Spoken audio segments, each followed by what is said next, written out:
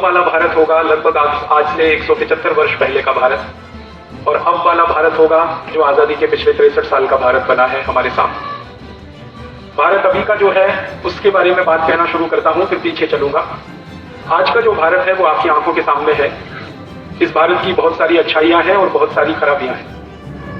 अच्छाइयों के बारे में और खराबियों के बारे में दोनों बात मैं कहने की कोशिश करूंगा आज के भारत की। हमारे भारत में बहुत सारी अच्छाइयां हैं, आज भी वो खत्म नहीं हो गई हैं। उन अच्छाइयों में से एक अच्छाई है कि भारत की मिट्टी दुनिया में सबसे अच्छी है। हमारे खेतों में जो मिट्टी है, ऐसी मिट्टी दुनिया के किसी भी देश के खेतों में नहीं है। दुनिया में कई देशों का प्रवास करने के बाद ये बात मैं अपने अनुभव से कह रहा हूं। अमेरिका के खेतों में इतनी अच्छी मिट्टी नहीं है जितनी भारत के खेतों में है।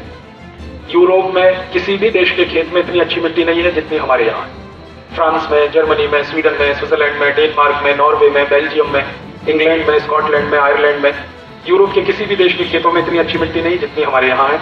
अमेरिका में तो सवाल ही नहीं उठता, कनाडा में भी नहीं। लैटिन अमेरिका के कुछ देश हैं जहाँ की मिट्टी भारत के खेतों जैसी ही है। ब्राजील एक देश है, वहां के खेतों की मिट्टी बहुत अच्छी है। अर्जेंटीना के खेतों की मिट्टी भी बहुत अच्छी है। अफ्रीका के कुछ देश है, वहां की भी मिट्टी काफी अच्छी है। लेकिन अगर फिर तुलना करेंगे अफ्रीका, लैटिन अमेरिका के देशों में, तो भी भारत की मिट्टी उनसे 21 है, 19 नहीं। अगर थोड़ी और गहरी बात करूं आपसे कि हमारी मिट्टी की अच्छाइयां क्या क्या है, तो हमारी भारत की मिट्टी में 18 तरह के सूक्ष्म पोषक तत्व हैं जो दुनिया में कहीं नहीं है। हमारी भारत की मिट्टी में भरपूर मात्रा में कैल्शियम है। हमारी भारत की मिट्टी में भरपूर मात्रा में आयरन है। हमारी भारत की मिट्टी में भरपूर मात्रा में मैग्नीशियम है, भरपूर मात्रा में मैग्नीज है, भरपूर मात्रा में ऑर्गेनिक कार्बन है हमारी मिट्टी में, भरपूर मात्रा में सल्फर है, मॉलिब्डेनम है, सिलिकॉन है। ऐसे 18 सूक्ष्म पोषक तत्व बहुत अच्छी मात्रा में है। जबकि दुनिया के देशों की मिट्टी में 2 या 3 पोषक तत्व ही मिलते हैं। भारत में 18 सूक्ष्म पोषक तत्व है। ये भारत की सबसे बड़ी अच्छाई है, सबसे बड़ी विशेषता है। दूसरी एक बहुत अच्छाई है इस देश में, वो इसी मिट्टी से शायद जुड़ी है, या मिट्टी वाली अच्छाई उस कारण से है। दूसरी सबसे बड़ी अच्छाई इस देश में है कि यहाँ भरपूर सूरज का प्रकाश है। सूर्य प्रकाश इस देश में सबसे ज्यादा है। दुनिया में 100 से ज्यादा ऐसे देश हैं जहां एक साल में सिर्फ 4 महीने सूर्य निकलता है। भारत 200 में से अकेला ऐसा देश है जहां एक साल में 365 दिन सूर्य निकलता है। दुनिया के 100 से ज्यादा देशों में कभी कभी संडे होता है। संडे माने छुट्टी नहीं, संडे माने सूर्य का दिन। भारत में एवरी डे इज संडे है, हर दिन यहाँ सूर्य का दिन है। करोड़ों वर्षों से सूर्य इस देश में है और अगले करोड़ों वर्षों तक रहने की तैयारी है। हमारे भारत की जो मान्यताएं हैं उसके अनुसार भारत में सूर्य का प्रकाश पिछले 200 करोड़ वर्षों से निरंतर मिल रहा है और अगले 200 करोड़ वर्षों तक मिलता रहेगा। जबकि दूसरे देशों में यह सूर्य का प्रकाश आसानी से उपलब्ध नहीं होता। जिन देशों में सूर्य का प्रकाश नहीं मिलता ना, वहां पर लोग एक दूसरे को गुड मॉर्निंग करते, अच्छी सुबह, माने सूर्य का प्रकाश मिले तो उनकी सुबह अच्छी हो। भारत में every morning is good morning, every day is Sunday, हर दिन सूर्य का दिन। अभी पिछले साल अगस्त के महीने में परम पूजनीय स्वामी रामदेव जी और मैं स्कॉटलैंड गए थे। तो हमारी फ्लाइट दिल्ली से डायरेक्ट थी एडिनबरा के लिए। तो जैसे ही हम एयरपोर्ट पे उतरे तो सूर्य बहुत तेज निकला, बहुत तेज सूर्य निकला। तो हमारी फ्लाइट के सारे अंग्रेज हमें विश करने लगे कि आप लोग आए तो ये सूर्य निकला। तो मैंने कहा कितने दिनों में निकला है? तो उन्होंने कहा 3 महीने में तो पहली बार निकला है। और उन्होंने कहा आप जाइएगा मत यहाँ से, नहीं तो ये चला जाएगा। तो 3-3 महीने में एक दिन उनको सूर्य दिखाई देता है। हम कितने खुश नसीब हैं कि हर दिन हमें सूर्य मिलता है। और एक सबसे गहरी बात कि जिस देश में सूर्य भरपूर होता है उस देश की मिट्टी हमेशा ही अच्छी होती है, क्योंकि मिट्टी के अच्छे होने में सूर्य की सबसे बड़ी भूमिका है। तीसरी बड़ी अच्छाई अपने देश की जो दूसरे देशों में नहीं है, हमारे देश में मिट्टी में पैदा होने वाले जो विभिन्न पेड़ पौधे हैं, जो वनस्पतियां हैं, ये दुनिया से ज्यादा हमारे यहाँ पैदा होती है। अभी तक हमारी भारत सरकार ने भारत की मिट्टी में पैदा होने वाली जो विभिन्न वनस्पतियां हैं, पेड़ पौधे हैं, उनकी जो सूची तैयार कर पाई है उसमें 84,000 नाम है। 84,000 किस्म की वनस्पतियां, पेड़ पौधे हमारे देश की मिट्टी में पैदा होते हैं। और ये तो अभी अंतिम सूची नहीं है।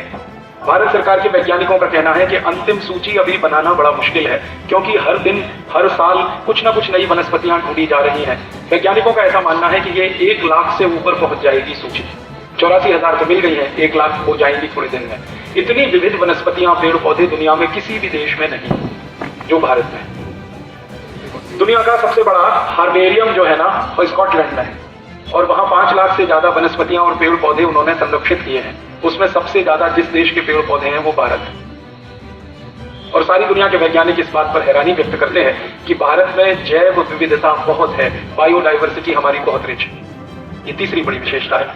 चौथी बड़ी विशेषता हमारे देश की ये है कि हमारे देश की मिट्टी में जो कुछ पैदा होता है वो तो गर्व करने लायक है ही, मिट्टी के नीचे जो पैदा होता है वो भी गर्व करने लायक। भारत में 6,38,365 गांव हैं। उत्तर से लेकर दक्षिण, पूरब से लेकर पश्चिम, आप किसी भी गांव में चले जाइए और एक गांव में थोड़े दिन रहकर इस बात की सूची बनाइए कि उस अकेले एक गांव में क्या पैदा होता है, अकेले एक गांव में। तो आपको सुनकर हैरानी होगी, जितनी चीजें कुल मिलाकर पूरे यूरोप और अमेरिका में पैदा नहीं होती, उससे ज्यादा हमारे एक एक गांव में पैदा होती। भारत के एक एक गांव में गेहूं, चावल, चना, दाल, मटर, दाल की कई किस्में, चने की कई किस्में, धान की कई किस्में, गेहूं की कई किस्में, कई तरह की सब्जियां, कई तरह के फल, कई तरह की जड़ी बूटियां जो औषधि के रूप में हम इस्तेमाल करते हैं, भारत के हर गांव में मिल जाएगी। एक बार मेरा एक जर्मनी के प्रोफेसर के साथ बहस हुई थी भारत और जर्मनी के बारे में। वो जर्मन प्रोफेसर, आज से 10 साल पहले की ये घटना मैं आपसे बयान कर रहा हूँ। एक जर्मनी के प्रोफेसर का मेरे साथ झगड़ा हो गया इस बात के लिए कि जर्मनी महान कि भारत महान।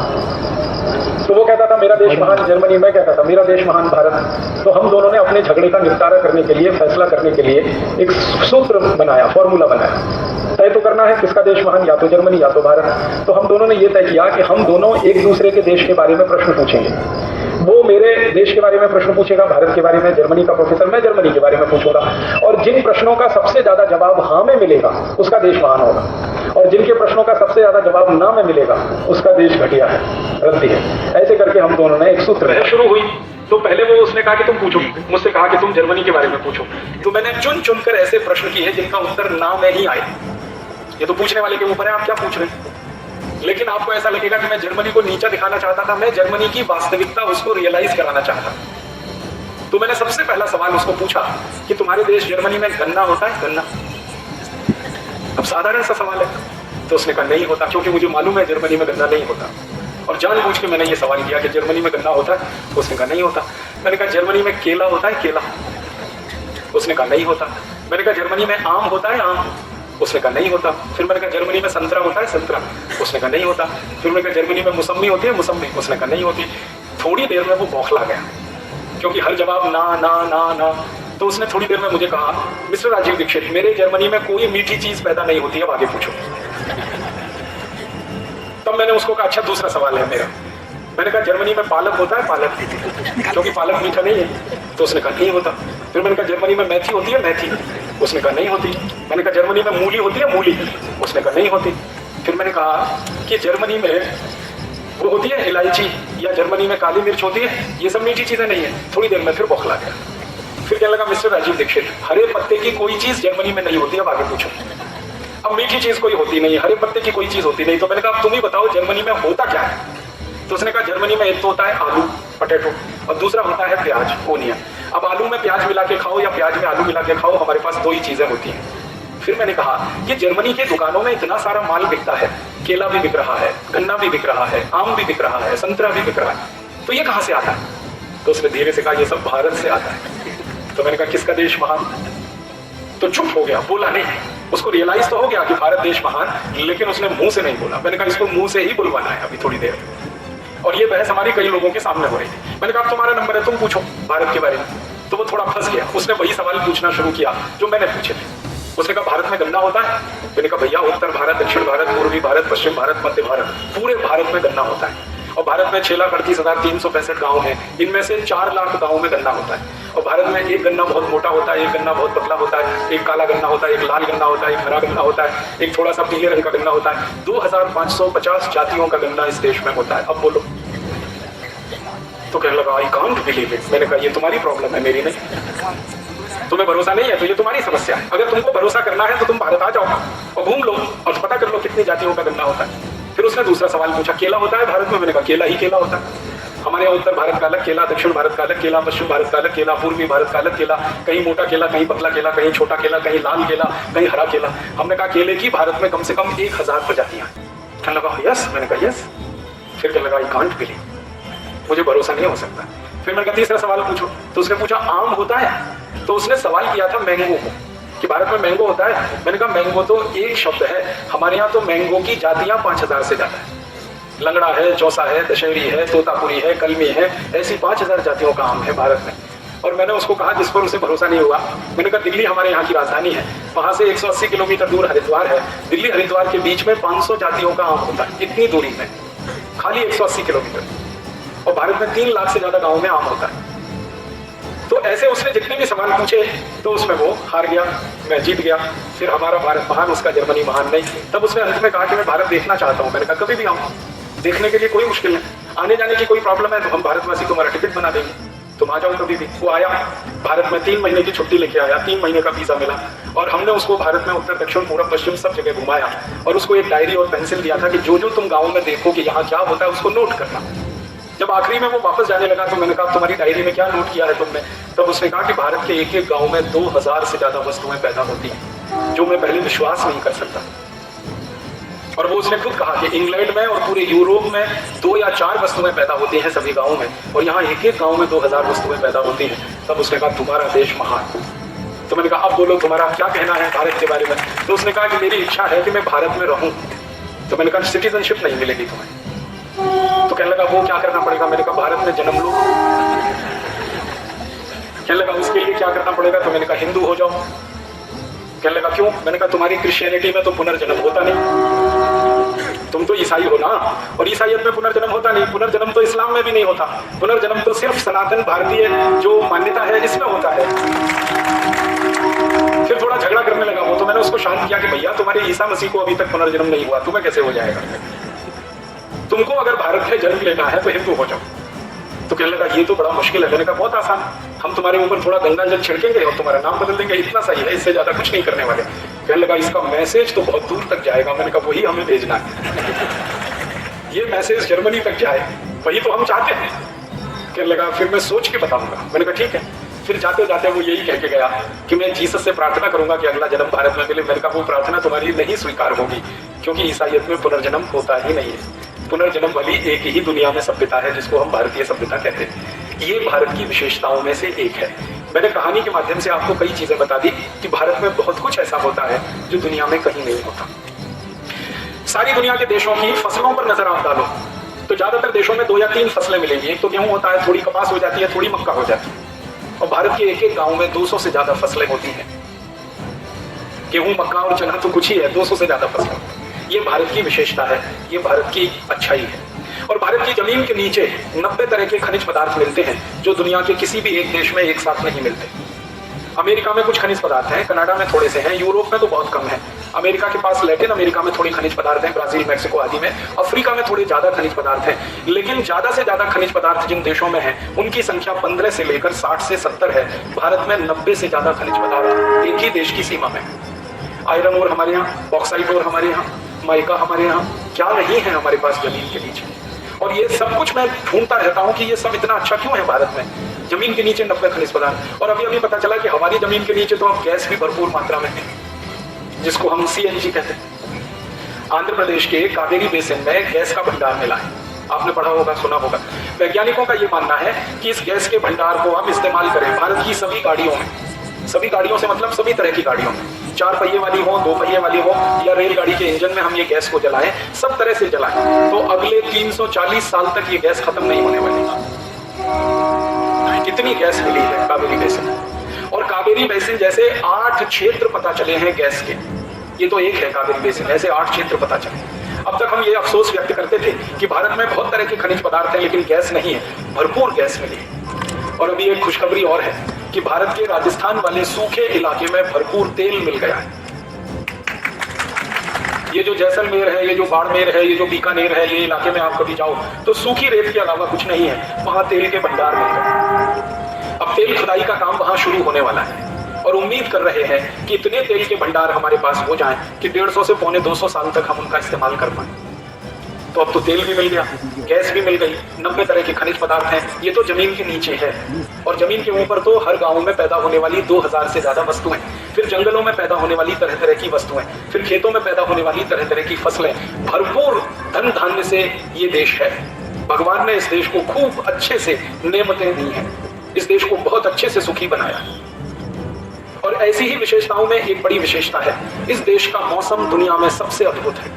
इतना अच्छा मौसम किसी देश में नहीं। आप अफ्रीका में जाइए, वहां 2 मौसम है, गर्मी और भयंकर गर्मी। आप अमेरिका में चले जाइए, वहां दो मौसम है, ठंडी और भयंकर ठंडी।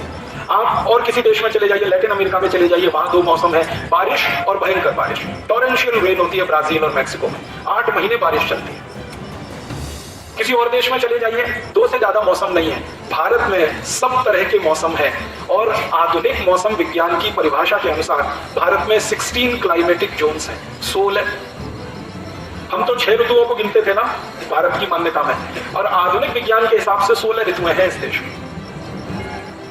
सर्दी भी मिलेगी, भयंकर सर्दी भी मिलेगी, गर्मी भी मिलेगी, भयंकर गर्मी भी मिलेगी, बारिश भी मिलेगी, भयंकर बारिश भी मिलेगी, बीच में बसंत भी मिलेगा, बीच में शरद भी मिलेगा। सब तरह के क्लाइमेटिक जोन्स इस देश में, जबकि दुनिया के अधिकांश देशों में 2 ही क्लाइमेटिक जोन्स हैं, यहाँ 16 हैं। और सभी मौसम में निरंतरता है, ये और भी एक अद्भुत बात है इस देश की। बारिश जब आएगी तो हर साल उसी समय आएगी, गर्मी जब आएगी तो हर साल उसी समय आएगी, सर्दी जब आएगी तो हर साल उसी समय आएगी।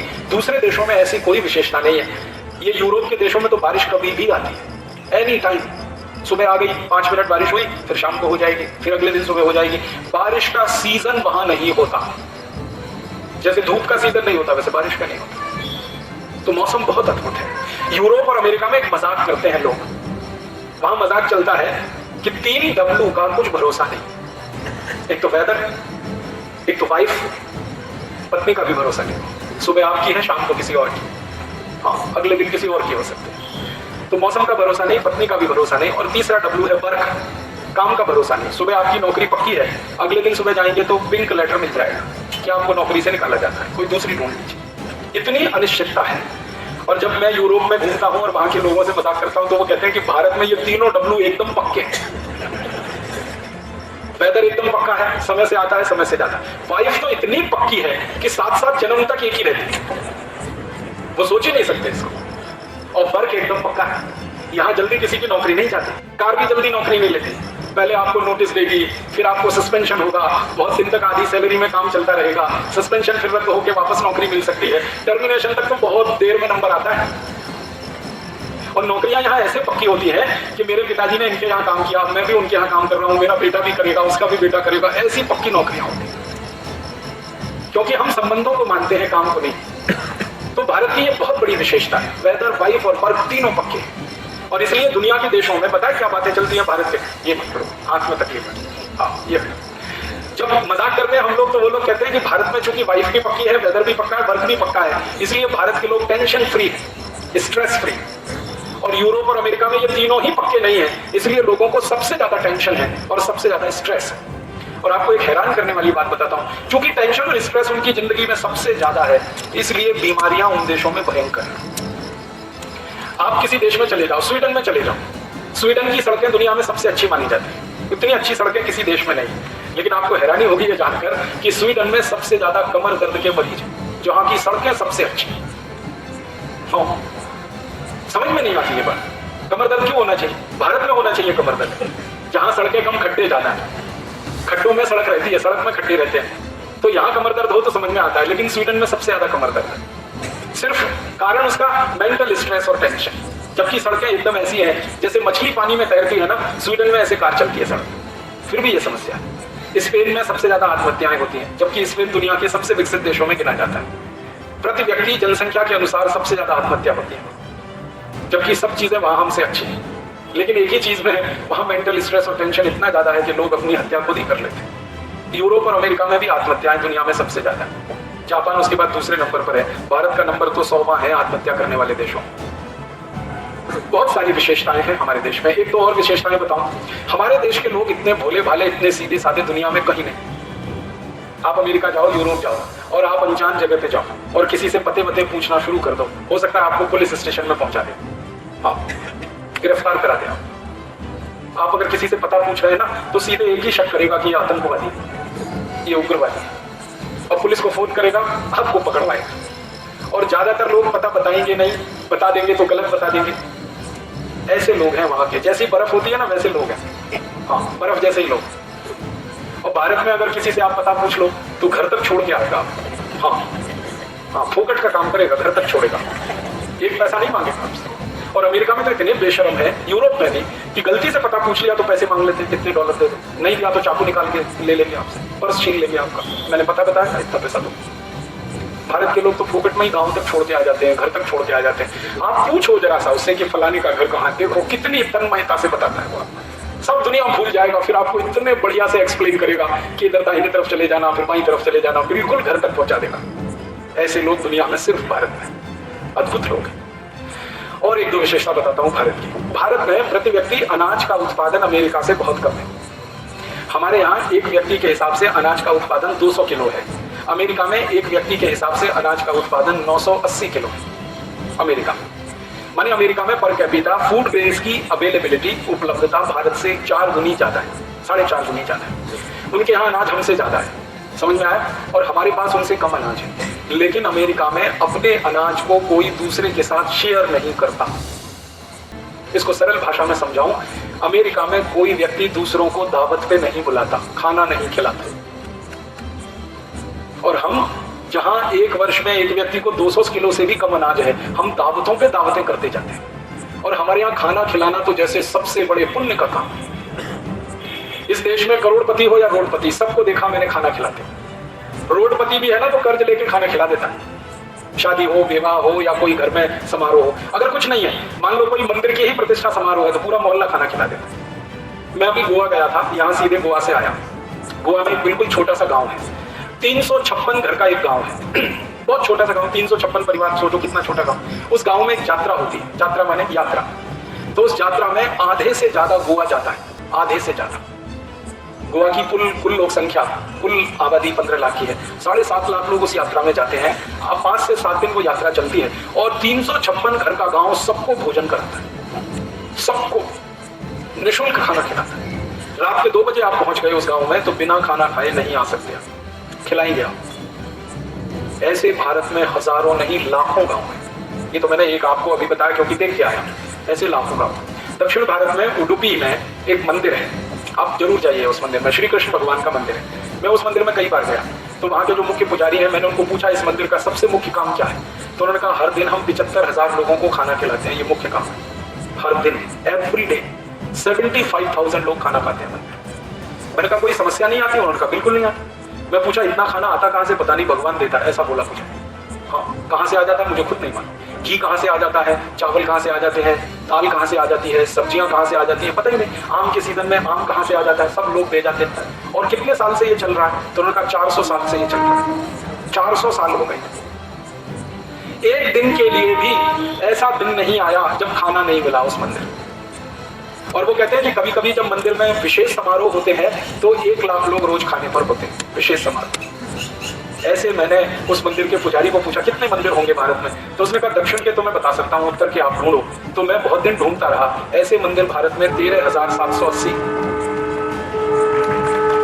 जो 400 साल से, 500 साल से, 700 साल से, 1000 साल से खाना खिला रहे हैं, अन्नदान कर रहे हैं, क्योंकि अन्नदान हमारे यहाँ सबसे बड़ा दान माना जाता है। अब मेरे समझ में ये नहीं आता कि जिस देश में प्रति व्यक्ति अन्न का उत्पादन दुनिया में सबसे कम हो, मात्र 200 किलो प्रति व्यक्ति, अमेरिका में 980 किलो प्रति व्यक्ति, उस अमेरिका में कोई अन्नदान नहीं करता। और यहाँ 200 किलो हर आदमी के पास भोजन है, उसमें से भी वो दान करता रहता है। इससे बड़ी विशेषता भारत की कोई नहीं, अद्भुत देश है। और ये सब निःशुल्क होता है, अपनी आत्मा के संतोष के लिए होता है। हमारे यहाँ लोग तो मौका ढूंढते रहते हैं खाना खिलाने का। हाँ, थोड़ा सा भी मौका मिले दावत हो गई, खाना हो गया। थोड़े छोटे छोटे मौके, घर में किसी का जन्मदिन हो गया, घर में किसी का मरण दिन आ गया, मरण दिन में भी दावत खिलाएंगे, जन्मदिन में भी दावत खिलाएंगे, शादी में भी दावत खिलाएंगे। ये खिलाना खिलाना खिलाना अद्भुत है, और वो भी निःशुल्क और भक्ति भाव से। जो खिला रहा है ना, उसके मन में भाव क्या होता है कि इसने खाया मेरा खाना, यही बड़े पुण्य की बात है।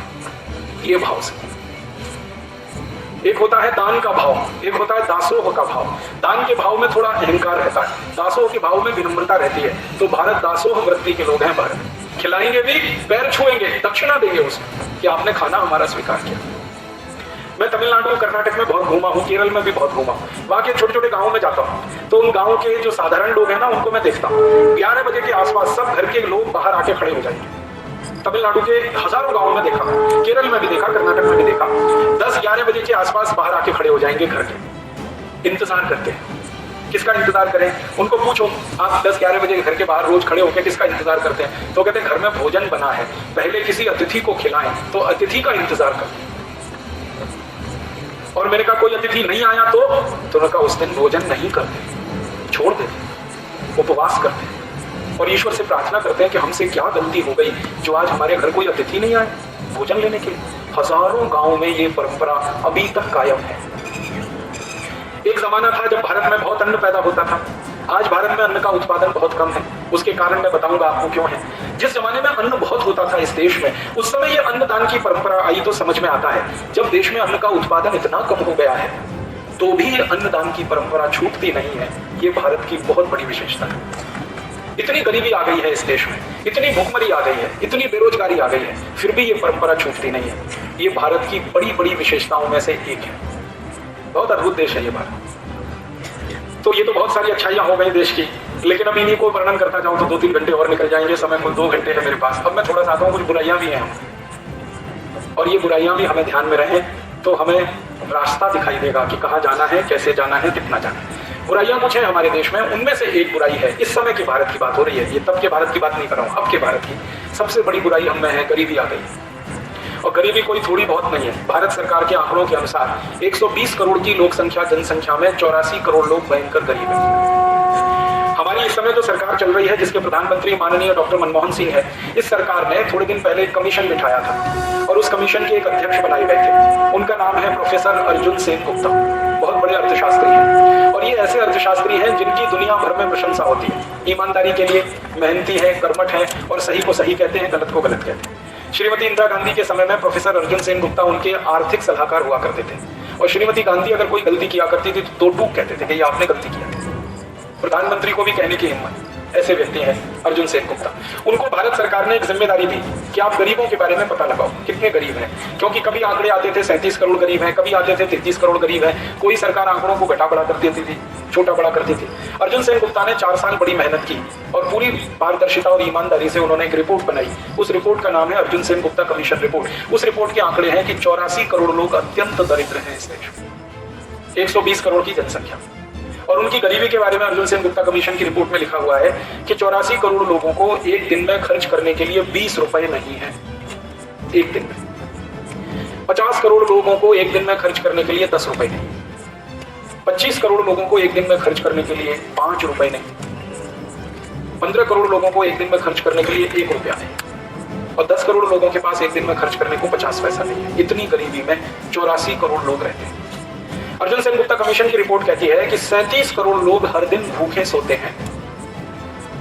उसी रिपोर्ट में लिखा हुआ है कि 37 करोड़ लोगों के शरीर पर 2 कपड़े नहीं होते। ऊपर अगर कपड़ा है तो नीचे नहीं होगा, नीचे है तो ऊपर नहीं होगा। मैंने भारत की दरिद्रता के खूब अच्छे से दर्शन किए हैं। मैं अक्सर उड़ीसा जाता हूँ, बंगाल जाता हूँ, बिहार जाता हूँ, झारखंड जाता हूँ और देखता हूँ गरीबी कैसी। उड़ीसा में एक बार मैं कालाहांडी क्षेत्र में गया था। वहां मेरे व्याख्यान का आयोजन हुआ था। उस व्याख्यान में 3 लोग आए थे सुनने के लिए। एक मैं खुद था, एक माइक लगाने वाला और एक दरी बिछाने। 3 लोग आए थे। मैंने माइक वाले भाई को पूछा कि व्याख्यान किसको करना है, यहाँ तो कोई आया नहीं। तो उसने कहा मैं सामने बैठ जाता हूँ, मुझे भाषण करो। मैंने कहा तुम अकेले सुनोगे? उसने कहा मैंने माइक ऐसा सेट किया है कि सब अपने घर में बैठ के सुनेंगे। तो मैंने कहा जो घर में बैठ के सुन सकते हैं वो सामने भी आ सकते हैं। तब उसने बहुत उदासी के साथ कहा वो आपके सामने नहीं आ सकते क्योंकि उनके शरीर पर कपड़े नहीं। तो मैंने कहा मुझे उनके घर ले चलो। तो उसने कहा चलो। तो उसने सबसे पहला घर जो मुझे दिखाया वो गांव के सरपंच का घर था और सरपंच के घर की कुल लंबाई 10 फीट, चौड़ाई 10 फीट, एक झोपड़ा आधा टूटा, पानी टपकता। मैंने उसमें खटखट किया तो सरपंच की पत्नी बाहर आई। तो मैंने देखा उस माँ के शरीर पर ऊपर तो कोई वस्त्र नहीं था, नीचे उसने एक फटा हुआ तौलिया लपेटा हुआ था जो पूरा नहीं था। तो मैंने उससे कहा आप अंदर जाओ, अपने पति को भेजो। तो थोड़ी देर में जब उसका पति बाहर आया तो मेरी आंख में आंसू आ गए ये देखकर कि वो वही फटा हुआ तौलिया लपेट कर आया था जिसको पत्नी लपेट के आई थी। ऐसी गरीबी में 37 करोड़ लोग रहते हैं इस देश में। बेरोजगारी की हालत कैसी है इस देश में? बेरोजगारी के बारे में भारत सरकार का कहना है कि भारत में सही रोजगार, जिसको सम्मानजनक रोजगार कहते हैं, वो सिर्फ 3.5 करोड़ लोगों के पास है। बाकी के पास तो कोई रोजगार ही नहीं है सम्मानजनक। हमारे भारत देश में 64 करोड़ लोग हैं जिनको माना जाता है जिनके हाथ काम करने लायक हैं। हमारे देश में एक शब्द इस्तेमाल किया जाता है वर्केबल एज, माने काम करने लायक उम्र, 18 साल से लेकर 60 साल। ऐसे 64 करोड़ लोग हैं। उनमें से सिर्फ 3.5 करोड़ लोगों को सम्मानजनक काम है, बाकी को कोई सम्मानजनक काम ही नहीं। और ये 3.5 करोड़ लोग कौन हैं? 15 लाख लोग हैं जो आर्मी में काम करते हैं, 17 लाख लोग हैं जो रेलवे में हैं, करीब 18 लाख के आसपास बैंक और बीमा कंपनियों में, 40 लाख से ज्यादा पब्लिक सेक्टर्स में, फिर केंद्र सरकार की नौकरी में, फिर राज्य सरकार की नौकरी में, फिर नगर पालिका की नौकरियों में, कुल मिलाकर 3.5 करोड़ हैं पूरे देश में। माने 60 करोड़ 50 लाख लोगों को सम्मानजनक काम ही नहीं है। इनमें से आधे से ज्यादा लोग, 30 करोड़ से ज्यादा लोग ऐसे हैं जिनको साल में सिर्फ 3 महीने काम मिलता है। जब खेत में कोई कटाई होती है या खेत में कोई बुआई होती है या लड़ाई गुड़ाई होती है, तब उनको काम मिलता है। बाकी दिन वो खाली रहते हैं। और बाकी जो दूसरे करीब 30 करोड़ हैं, ये भटकते रहते हैं, एक गांव से दूसरा, दूसरे से तीसरा, तीसरे से चौथा, किसी ईंट वाले भट्टे में काम कर लेते हैं, कभी किसी शहर में फुटपाथ पे जाकर अपनी दुकान सजा लेते हैं, कभी ठेली और गाड़ी में रख के सब्जियां बेच लेते हैं, कभी घर घर जाके अखबार पहुंचा देते हैं। ऐसे 30 करोड़, लेकिन उनका भी हाल बड़ा बेहाल। और दुर्भाग्य से, सौभाग्य से आप और मैं उन 3.5 करोड़ लोगों में से हैं जिनको सम्मानजनक रोजगार है, प्राइवेट सेक्टर में, पब्लिक सेक्टर में, कुल मिला बाकी के पास सम्मानजनक काम है। और थोड़ा आगे बढ़े, भारत की बुराइयों में से एक बुराई ये है कि इस देश में अशिक्षा बहुत भयंकर है। आजादी के 63 साल के बाद भी पूरे देश की साक्षरता नहीं हो पाई है। 52% आबादी अभी भी निरक्षर है इस देश में। और थोड़ा आगे बढ़े, इस देश की बुराइयों में से एक बुराई है कि भारत में 120 करोड़ की जनसंख्या में 77 करोड़ लोग भयंकर बीमारियों के शिकार हैं। 5 करोड़ 70 लाख लोगों को डायबिटीज है, 4.5 करोड़ लोगों को हृदयघात होता है, अक्सर कभी भी मर सकते हैं। कोलेस्ट्रॉल, ट्राइग्लिसराइड इतना बढ़ा हुआ है उनका, कभी भी हार्ट अटैक आए और मर जाए। 8 करोड़ भारतवासियों को कैंसर है, 24 लाख हर साल कैंसर से मरते हैं इस देश में। 12 करोड़ भारतवासियों की आंखों के रोग है, 14 करोड़ लोगों को लंग्स के रोग है, 17 करोड़ लोगों को घुटने, कमर, कंधों में दर्द है, गाउट है, आर्थराइटिस, 20 करोड़ से ज्यादा लोगों को हाइपरटेंशन। बहुत बुरी हालत है। और इससे भी बुरी हालत है कि सरकार के पास इन 77 करोड़ लोगों की बीमारी के इलाज के लिए पैसे नहीं। केंद्र सरकार के पास एक साल में 22,300 करोड़ का बजट है कुल मिलाकर पूरे देश के लिए। इसमें से लगभग 20,000 करोड़ रुपए सरकारी अस्पतालों के डॉक्टर, नर्सेज और वार्ड बॉय की तनख्वाह देने में चला जाता है। 2,300 करोड़ लोगों की चिकित्सा के लिए बचता है। मैंने कैलकुलेशन किया तो हर व्यक्ति के लिए एक साल में चिकित्सा का खर्च 20 रुपए है सरकार के पास। एक साल में 20 रुपए। और 20 रुपए में तो सर्दी जुकाम भी ठीक नहीं हो सकता। भारत की बुराइयों में से एक बुराई है कि यहाँ जो बच्चे पैदा होते हैं, 65% बच्चे जन्म के समय एनीमिया के शिकार होते हैं।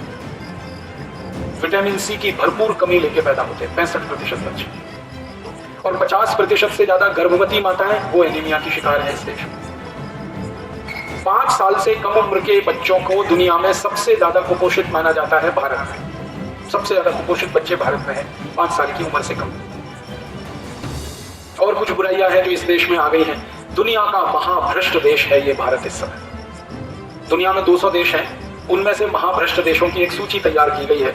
उसमें सबसे पहले नंबर पर बांग्लादेश है, दूसरे नंबर पर पाकिस्तान है, तीसरे नंबर पर भारत है। मतलब ये तीनों एक ही देश है। 1947 का पहले तो एक ही था, सबसे भ्रष्ट देश। भ्रष्टाचार का आलम क्या है इस देश में? एक प्रधानमंत्री हुए श्री राजीव गांधी वो कहते थे कि किसी भी गरीब आदमी के विकास के लिए जब मैं 1 रुपया भेजता हूं तो उस गरीब आदमी तक 15 पैसा ही पहुंचता है, 85 पैसा बीच में ही लुट जाता है। ये राजीव गांधी ने कहा था। जब उनको लोकसभा में ये पूछा गया कि ये कौन लूटता है 85 पैसा, तो उन्होंने कहा हम लूटते हैं। खुल के कहा था हम लूटते हैं। तो एक सांसद ने पूछा हम का मतलब क्या? तो राजीव गांधी ने कहा कि हम पॉलिटिशियंस, हम ब्यूरोक्रेट्स और हम कर्मचारी तीनों मिलकर लूटते हैं इस देश में। और 1 रुपए में से 85 पैसा लूटते हैं, जो आपके द्वारा टैक्स में दिया जाता है उसमें से लूटते हैं। अब राजीव गांधी तो जीवित नहीं है, उनका बेटा राहुल गांधी इस समय लोकसभा में है। उसने अभी एक बात कही, उसने कहा मेरे पिताजी के जमाने में 1 रुपए में से 85 पैसा लूटा जाता था और 15 पैसा गरीबों तक पहुंच पाता था। अब मेरे जमाने में 1 रुपए में से 92 पैसा लूटा जाता है, 8 पैसा ही गरीबों तक पहुंच पाता है। राहुल गांधी को पूछा गया कि तुमने ये हिसाब कहां से निकाला? तो उसने कहा ये मेरा हिसाब नहीं है, भारत की एक सबसे बड़ी संस्था है जिसका नाम है CAG, controller and auditor general of India, उनका हिसाब है। मैं तो लोकसभा में सिर्फ प्रस्तुत कर रहा हूं इसमें। अब 1 रुपए में से 92 पैसा लूटा जाता है। इतना भ्रष्टाचार, इतनी रिश्वतखोरी इस देश की। हमने इस विषय पर थोड़ा गंभीर अध्ययन किया तो पता चला कि आजादी के पिछले 63 वर्षों में ये भ्रष्टाचार इतना अधिक हुआ है कि हम हैरान हो जाते हैं। जब आजादी आई थी, पंडित जवाहरलाल नेहरू देश के प्रधानमंत्री बने। उनका सबसे पहला भाषण लोकसभा में जो हुआ उसमें उन्होंने कहा था कि मेरी सबसे बड़ी लड़ाई भ्रष्टाचार के खिलाफ है। और नेहरू जी ने लोकसभा में यह कहा था कि एक भी भ्रष्ट आदमी मुझे मिलेगा तो बिजली के तार से उल्टा लटका दूंगा उसे। ये नेहरू जी कहा करते। वो नेहरू जी 17 साल लड़ते रहे भ्रष्टाचार लगातार बढ़ता रहा। उन्हीं के समय में सबसे बड़ा घोटाला हुआ। नेहरू जी के जो रक्षा मंत्री थे ना, वी के कृष्ण मेनन, उन्होंने ही सबसे बड़ा घोटाला किया था, जिसका नाम था जीप स्कैंडल। उन्होंने चेकोस्लोवाकिया नाम के देश से कुछ जीपें खरीदी, कागज पर, वास्तव में नहीं आई, पैसे चले गए, जीप नहीं आई, और उसमें वी के कृष्ण मेनन पकड़े गए थे। नेहरू जी ने तब ये कहा था, जब वी के कृष्ण मेनन पकड़े गए तो लोकसभा में उन्होंने कहा कि भ्रष्टाचार के बिना लोकतंत्र चल नहीं सकता। जब पद ग्रहण किया था नेहरू जी ने तो बोला था कि एक आदमी भी भ्रष्टाचार करेगा तो बिजली के तार से उल्टा लटका दूंगा। जब उनका रक्षा मंत्री पकड़ा गया भ्रष्टाचार में, तब संसद में बयान दिया कि लोकतंत्र बिना भ्रष्टाचार के चल नहीं सकता। भ्रष्टाचार वो तेल है जो लोकतंत्र की मशीन को चलाता है। तो कहानी खत्म हो गई, माने भ्रष्टाचार बढ़े और बढ़े। उसके बाद श्रीमती गांधी ने 14 साल देश में भ्रष्टाचार के खिलाफ लड़ाई लड़ी, कम नहीं हुआ और बढ़ गया। राजीव गांधी लड़ते रहे भ्रष्टाचार के खिलाफ लड़ाई, उनका हश्र आपकी आंखों के सामने था। फिर नरसिम्हा राव लड़ते रहे, इंद्र कुमार गुजराल लड़ते रहे, वीपी सिंह चंद्रशेखर लड़े, देवेगौड़ा लड़े, अटल बिहारी वाजपेयी लड़ते रहे, अब मनमोहन सिंह लड़ रहे। और भ्रष्टाचार है कि बढ़ता ही जा रहा है, सुरसा के मुंह की तरह।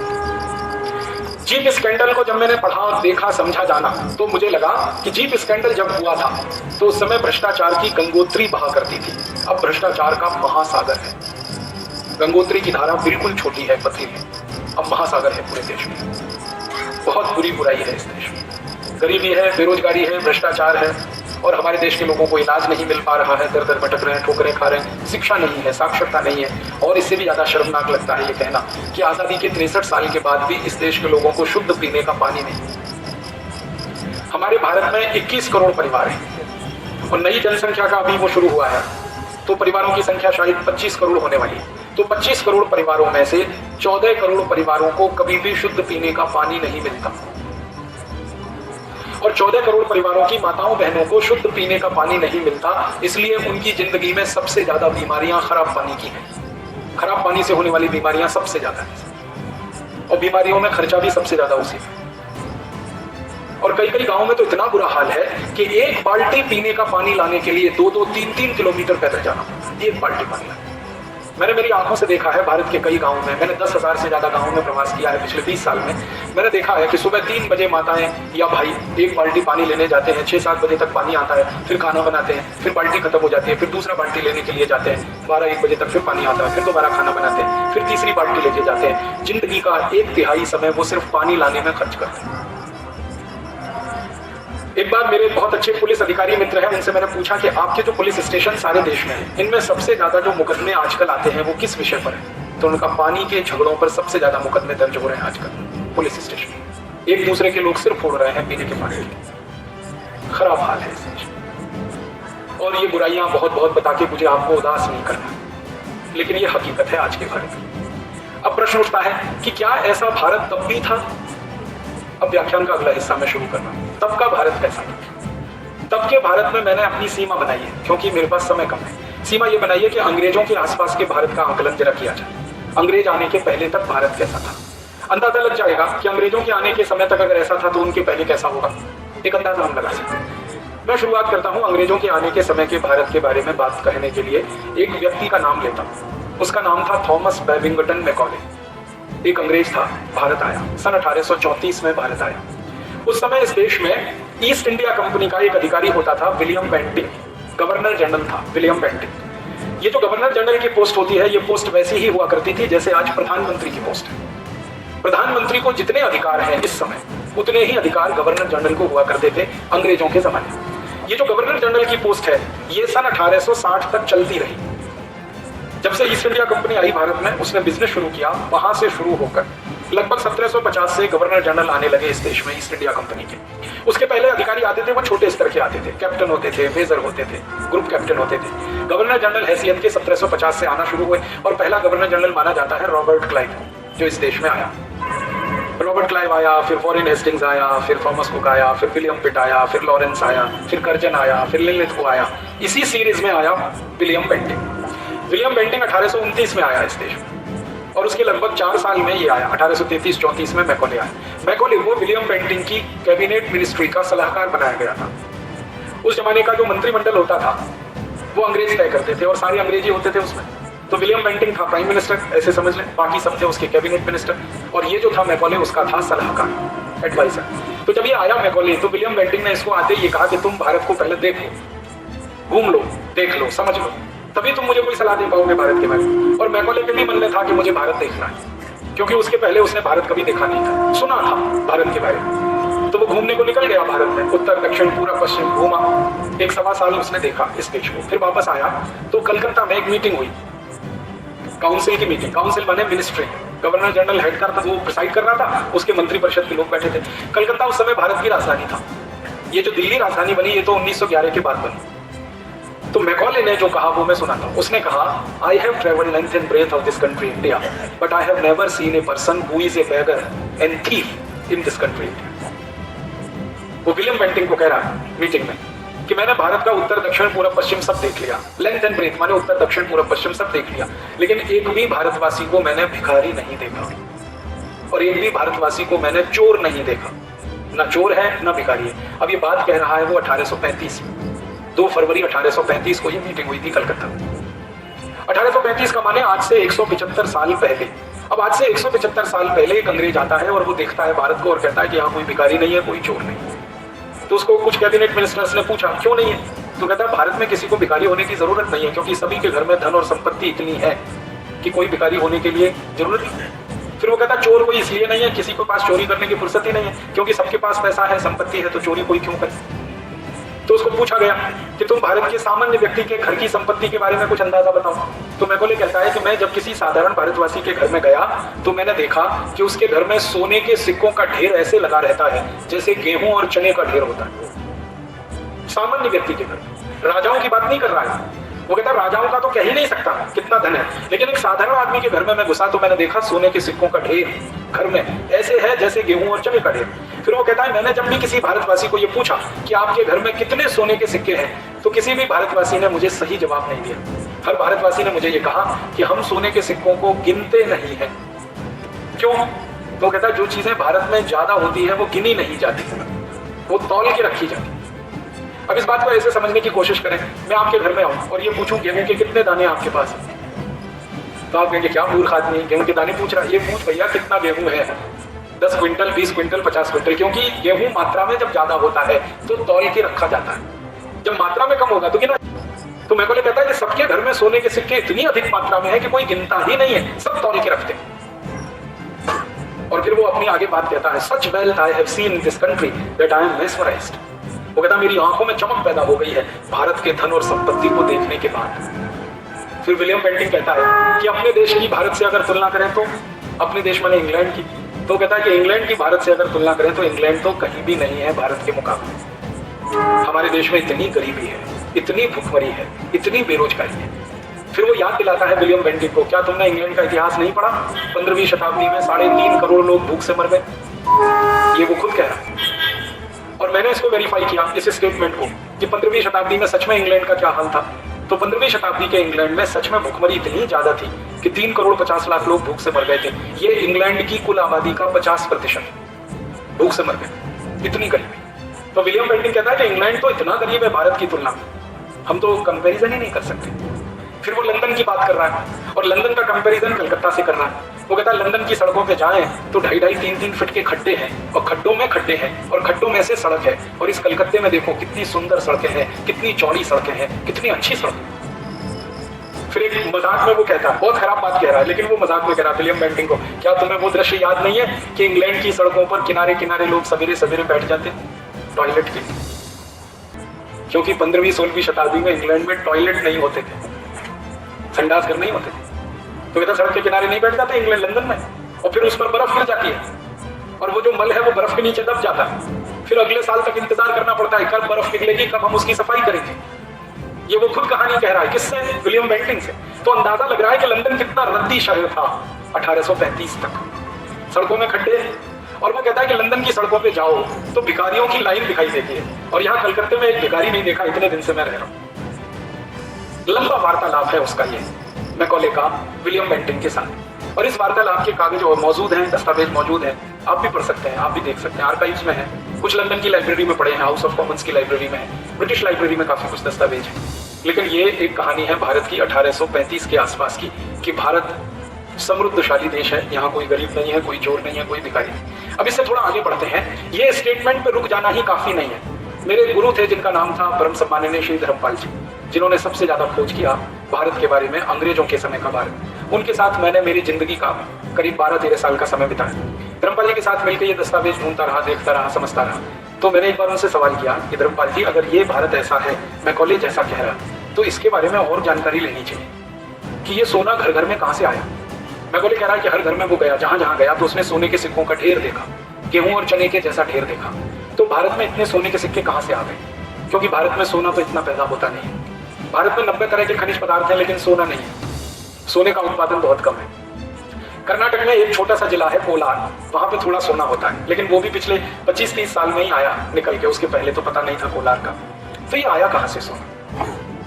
तो धर्मपाल जी ने कहा कि पक्का है, लूटा तो है नहीं हमने किसी से, क्योंकि भारत में लूटने की परंपरा है, तो कहीं और से आया होगा, तो ढूंढो उसको। तो ढूंढना शुरू किया तो पता चला कि भारत में सबसे ज्यादा सोना आया एक्सपोर्ट करने से, निर्यात करने से। और भारत अंग्रेजों के आने के 3000 साल पहले से निर्यातक देश रहा, एक्सपोर्टिंग कंट्री था। 3000 साल पहले से, अंग्रेजों के आने के 3000 साल पहले से, माने ईसा मसीह के जन्म के पहले से भारत निर्यातक देश रहा। और उसके दस्तावेज मिलते गए तो पता चला सबसे ज्यादा निर्यात हमने 3000 साल किया कपड़े का। हमने कपड़ा बेचा दुनिया, और न सिर्फ बेचा बल्कि दुनिया को कपड़ा पहनाया, और न सिर्फ पहनाया बल्कि दुनिया को कपड़ा बनाना हमने सिखाया। सारी दुनिया ने कपड़ा बनाना भारत से सीखा। कपड़ा बनाने की जो कला है, कारीगरी है, वो भारत में सबसे पहले आई। भारत ने चीन को सिखाई, और चीन ने फिर और भी कई देशों को सिखाई। ऐसे करके ये निकली कला। और कपड़ा बनाना यहाँ 3000 साल से कैसे होता रहा? क्योंकि कपास होती है इस देश में हजारों साल से, और अच्छी क्वालिटी की कपास होती है, छोटे रेशे वाली कपास होती है। छोटे रेशे की कपास का कपड़ा बहुत बारीक बुनता है। तो हमारे यहाँ मलमल का कपड़ा होता था, सूरत की मलमल, ढाका की मलमल, त्रावणकोर की मलमल, मालवा की मलमल। ये मालवा में बहुत अच्छी कपास होती रही। और वो मलमल का कपड़ा हम जो दुनिया में बेचते थे, उस कपड़े के बारे में अंग्रेजी दस्तावेज ये कहते हैं कि 15 मीटर लंबा कपड़े का थान तय करते जाए तो माचिस की डिब्बी में आ जाए, इतनी बारीक कपड़ा। 15 मीटर का लंबा थान एक अंगूठी में से खींच के निकाले तो पूरा थान निकल आता, इतनी बारीक बुनाई। और ये बुनाई हाथ से होती थी, मशीनें नहीं थी, हाथ की बुनाई थी। और ये कपड़ा जब इंग्लैंड और यूरोप के बाजार में बिकने को जाता था, तो इसकी बिकने की जो बात है समझ में आई वो ये कि तराजू के एक पल्ले में कपड़ा रखा जाता था, उसके वजन के बराबर सोना दूसरे पल्ले में रखा जाता था, सोने के बदले में हमारा कपड़ा बिकता था। इतनी प्रीमियम क्वालिटी का कपड़ा हम बनाते। और 3000 साल हमने ये कपड़ा बेचा। आपको हैरानी होगी, रोम का जो साम्राज्य था, रोम के साम्राज्य में जितने राजा हुए, जैसे क्लॉडियस एक बड़ा राजा हुआ, नीरो का नाम तो आप सभी जानते हैं ना, उसकी कहावत है कि जब रोम जल रहा था तो नीरो बांसुरी बजा रहा था। तो नीरो एक बड़ा राजा हुआ, क्लॉडियस एक बड़ा राजा हुआ। ऐसे रोम के साम्राज्य में सैकड़ों राजाओं ने भारत का कपड़ा पहना, उनकी रानियों ने भारत का कपड़ा पहना। और ये रोमन एम्पायर की कहानी तो बहुत पुरानी है। लेटेस्ट बात करता हूँ, 1835 में जब ये मैकॉले बात कर रहा है विलियम बेंटिंग के, वो कहता हमारी रानी भी तो भारत का ही कपड़ा पहनती है, क्योंकि इंग्लैंड में कपड़ा बनता ही नहीं है उस क्वालिटी का। तो हम कपड़े के बहुत बड़े एक्सपोर्टर रहे। कपड़े ही जैसी एक दूसरी चीज हमने बहुत एक्सपोर्ट की पूरी दुनिया में, स्टील बनाया और सबको बेचा। स्टील बनाने की टेक्नोलॉजी भारत में हजारों साल पुरानी। और अंग्रेज जो हमारे यहाँ आए, उन अंग्रेजों में से एक अंग्रेज था, उसका नाम था कैप्टन जे कैंपबेल। उसने इंडियन स्टील पे बहुत रिसर्च किया और उसने लिखा है अपनी पुस्तक में कि भारत का स्टील दुनिया में सबसे अच्छी क्वालिटी का है। और वो कहता है कि इस क्वालिटी का स्टील तो कोई बना ही नहीं सकता जो भारत में बनता है। वो कहता है भारत के स्टील की विशेषता है कि हम जिससे पानी के जहाज बनाते हैं, इंग्लैंड की ईस्ट इंडिया कंपनी वो सारा स्टील भारत से खरीदते हैं। और भारत के स्टील से जो ईस्ट इंडिया कंपनी पानी का जहाज बनाती है, वो जहाज कम से कम 70 साल चलता है। और वो कहता है कि डेनमार्क का स्टील से अगर हम पानी का जहाज बनाए तो वो 15 साल चलता है, और भारत का जहाज 70 साल। फिर वो कहता है 70 साल तक तो हम चलाते हैं उस जहाज को, फिर बेच देते हैं उसको, और दूसरे देश उसको 15-20 साल चला लेते हैं। फिर उस जहाज को ब्रेक किया जाता है, शिप ब्रेकिंग होता है, और उसके लोहे को फिर तीसरे जहाज में लगा देते हैं। और वो कहता है कि 70 साल तक भारत के स्टील के बनाए हुए जहाज पानी पर तैरते रहते हैं, लेकिन उन जहाजों में जंग नहीं लगता, रस्टिंग नहीं होती। वो कहता है इस क्वालिटी का स्टील भारत बनाता है। ये दस्तावेज पढ़ने के बाद पता चला कि स्टील बनाना सारी दुनिया में सबसे पहले भारत में शुरू हुआ, और हमने स्टील बनाने की टेक्नोलॉजी दुनिया को सिखाई, क्योंकि आयरन ओर हमारे पास हजारों साल से था। जब 1835 की ये कहानी है ना, विलियम बेंटिंग और मैकॉले का जो डायलॉग है, उस समय हमारे यहाँ 20,000 से ज्यादा स्टील कंपनियां थी, फैक्ट्रियां थी, और लाखों मीट्रिक टन स्टील बनता था। और ये सबसे ज्यादा थे झारखंड में, उड़ीसा में और आसाम में, थोड़ा बंगाल में और महाराष्ट्र में, गोवा में और कर्नाटक। यही एरिया है जहाँ आयरन ओर है, वहीं स्टील बनाने का काम होता है, लाखों टन स्टील बनता है। और भारत के स्टील के बारे में एक कहानी तो आप भी जानते हो, वो सिर्फ मैं रिमाइंड करना चाहता हूँ कि भारत का एक लौह स्तंभ है महरौली में, उस पर अभी तक जंग नहीं लगा। इस क्वालिटी का स्टील हम बनाते हैं, जंग रहित स्टील आज कोई नहीं बना पाता दुनिया। टाटा का स्टील भी जंग रहित नहीं है, उसमें भी जंग लग जाता है। हम ऐसा स्टील बनाते थे 1000 साल पहले से। फिर ऐसे एक तीसरी चीज हम बनाते थे, वो थी ईंट, ब्रिक। पतली ईंट होती थी, ककैया ईंट, सारी दुनिया में हम बेचते थे। और उस ईंट की विशेषता है कि उसकी उम्र कम से कम 1000 साल की। ईंट से ईंट को जोड़ने के लिए हम चूना बनाते थे। अभी सीमेंट है, पहले चूना बनता था। और चूने की कम से कम जिंदगी 500 साल होती है। 500 साल तक चूना टूटता नहीं। हमारे यहाँ बहुत सारे राजा महाराजाओं के किले हैं 500 साल से पहले के, वो अभी तक टूटे नहीं, क्रैक भी नहीं है, अभी भी सुरक्षित है। सीमेंट की विशेषता है कि नए से नया सीमेंट तीसरे दिन में क्रैक दे देता है, नए से नया। और चूना 500 साल तक क्रैक नहीं देता। ऐसा चूना हम बना के बेचते रहे। और ऐसी हम सैकड़ों चीजें बनाते थे। अब ज्यादा विस्तार में नहीं जा सकता, समय बार बार मैं देख रहा हूं कम है। तो हम ये सब बनाते थे और बेचते थे, एक्सपोर्ट करते थे। इसके बदले में सोना मिलता था, क्योंकि उस जमाने में करेंसी नहीं होती थी, सोना होता था। जो भी कोई चीज बेचो बदले में सोना मिलता था। तो सारी दुनिया से 3000 साल तक हमने वस्तुएं बेचकर सोना कमाया। और वो सोना इतना इकट्ठा हुआ कि मैकोले ने घर घर में सोने के सिक्कों का ढेर देखा। और तभी शायद दुनिया ने भारत को सोने की चिड़िया कहा। हमारे देश में अद्भुत बात यह हुई कि हमने सोना लाया मेहनत करके, एक्सपोर्ट किया, प्रोडक्शन किया, एक्सपोर्ट किया, माल बेचा, उसमें से सोना कमाया। लूट के नहीं लाया, क्योंकि लूटना हमारी परंपरा नहीं है। भगवान श्री राम ने सोने की लंका को जीता था, लूटा नहीं था। लंका जीत थी, लूटी नहीं। लक्ष्मण को तो लालच आया था कि लंका का सोना अयोध्या लेके चले, तो श्री राम ने कहा लूटना हमारी परंपरा नहीं। तो लक्ष्मण ने कहा कि अयोध्या तो बहुत गरीब है लंका की तुलना में। तब श्री राम ने उत्तर दिया था, जननी जन्मभूमिश्च स्वर्गादपि गरीयसी। भले गरीब है लेकिन स्वर्ग जैसी है हमारे लिए, तो हम लूटने नहीं आए। श्रीलंका को लूटना तो आसान था ना। रावण को मारा, विभीषण को राजा बनाया, विभीषण तैयार था सारी लंका श्री राम के चरणों में अर्पित करने को, तो भी विभीषण को कहा कि हम लूटने नहीं आए, 1 ग्राम भी सोना नहीं लाया। और ये जो श्री राम की परंपरा रही, ये सभी चक्रवर्ती राजाओं ने इस परंपरा का निर्वहन किया। चंद्रगुप्त रहा हो, अशोक रहा हो, हर्षवर्धन रहा हो, कोई भी चक्रवर्ती सम्राट को आप देखोगे, दूसरे देशों को हमले किए हमने, जीत भी की है, लेकिन लूटा किसी देश को नहीं। तो बिना लूटे तो सोना आया कैसे? तो वो आया व्यापार करके, निर्यात करके। और सोना इतना आया कि हमने अपनी जिंदगी में भरपूर उसका इस्तेमाल किया, और बच गया तो हमने उसके मंदिर बना डाले। सोने के मंदिर इसी देश में बने। सोने की मस्जिद, सोने का गिरजाघर अभी तक नहीं बना किसी देश में, लेकिन सोने के मंदिर इस देश में बने। अमृतसर का स्वर्ण मंदिर, गुरुवायूर का स्वर्ण मंदिर, त्रिचिन्नापल्ली के स्वर्ण मंदिर, कोयम्बतूर के स्वर्ण मंदिर, मैसूर के स्वर्ण मंदिर, आधुनिक समय में कहें तो वैष्णो देवी का स्वर्ण मंदिर, तिरुपति बालाजी का स्वर्ण मंदिर, इन सब मंदिरों में हजारों टन सोना लगा हुआ है। 13,000 से ज्यादा मंदिर हैं भारत में जहां सोना लगा है, हजारों टन। और इन मंदिरों को लूटने के लिए जब विदेशी आए तो उनको एक एक मंदिर लूटने में 17 साल लगा। महमूद गजनवी को सोमनाथ का मंदिर लूटने में 17 साल लगी। 18वीं बार फिर आया था लूटने के लिए, रास्ते में मर गया, वो अलग बात है। ऐसा देश है, गरीब नहीं था, भुखमरी का शिकार नहीं था, बेरोजगारी का शिकार नहीं था, समृद्धशाली देश था, पैसे वाला देश था। और ये ज्यादा पुरानी बात नहीं कर रहा हूं, फिर आपको याद दिला रहा हूं, 175 साल पहले तक का भारत ऐसा था। ये जो मैकोले आया ना, इसने भारत की शिक्षा व्यवस्था को तहस नहस किया, ये तो आप सब जानते हैं। उसने अंग्रेजी शिक्षा लाई, लेकिन भारत की शिक्षा को तहस नहस करने से पहले भारतीय शिक्षा का सर्वेक्षण कराया। मैकोले ने किया, विलियम बेंटिंग ने किया, और इसके पहले के कई अंग्रेजों ने किया। एक अंग्रेज था, उसका नाम था G.W. लिटनर।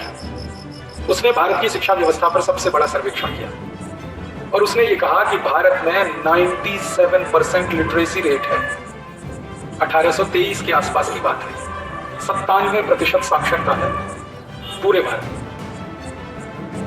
एक थॉमस मुनरो नाम का अंग्रेज अधिकारी था, उसने दक्षिण भारत का सर्वे करा शिक्षा का, और वो कहता है कि यहाँ की साक्षरता तो 100% है दक्षिण भारत। और मुनरो और लिटनर की जो रिपोर्ट्स हैं वो अभी भी मौजूद हैं, हम पढ़ सकते हैं, ब्रिटिश पार्लियामेंट में है, भारत में भी है, आर्काइव्स में है। इन रिपोर्टों को पढ़कर हैरानी होती है कि एक भी गांव ऐसा नहीं था इस देश में 1823 तक जहां गुरुकुल ना हो, स्कूल ना हो। कई कई गांवों में तो 2-2 गुरुकुल थे। और उस जमाने में सामान्य गांवों की संख्या 7,32,000 के आसपास थी। इतने ही गुरुकुल थे, इतने ही स्कूल।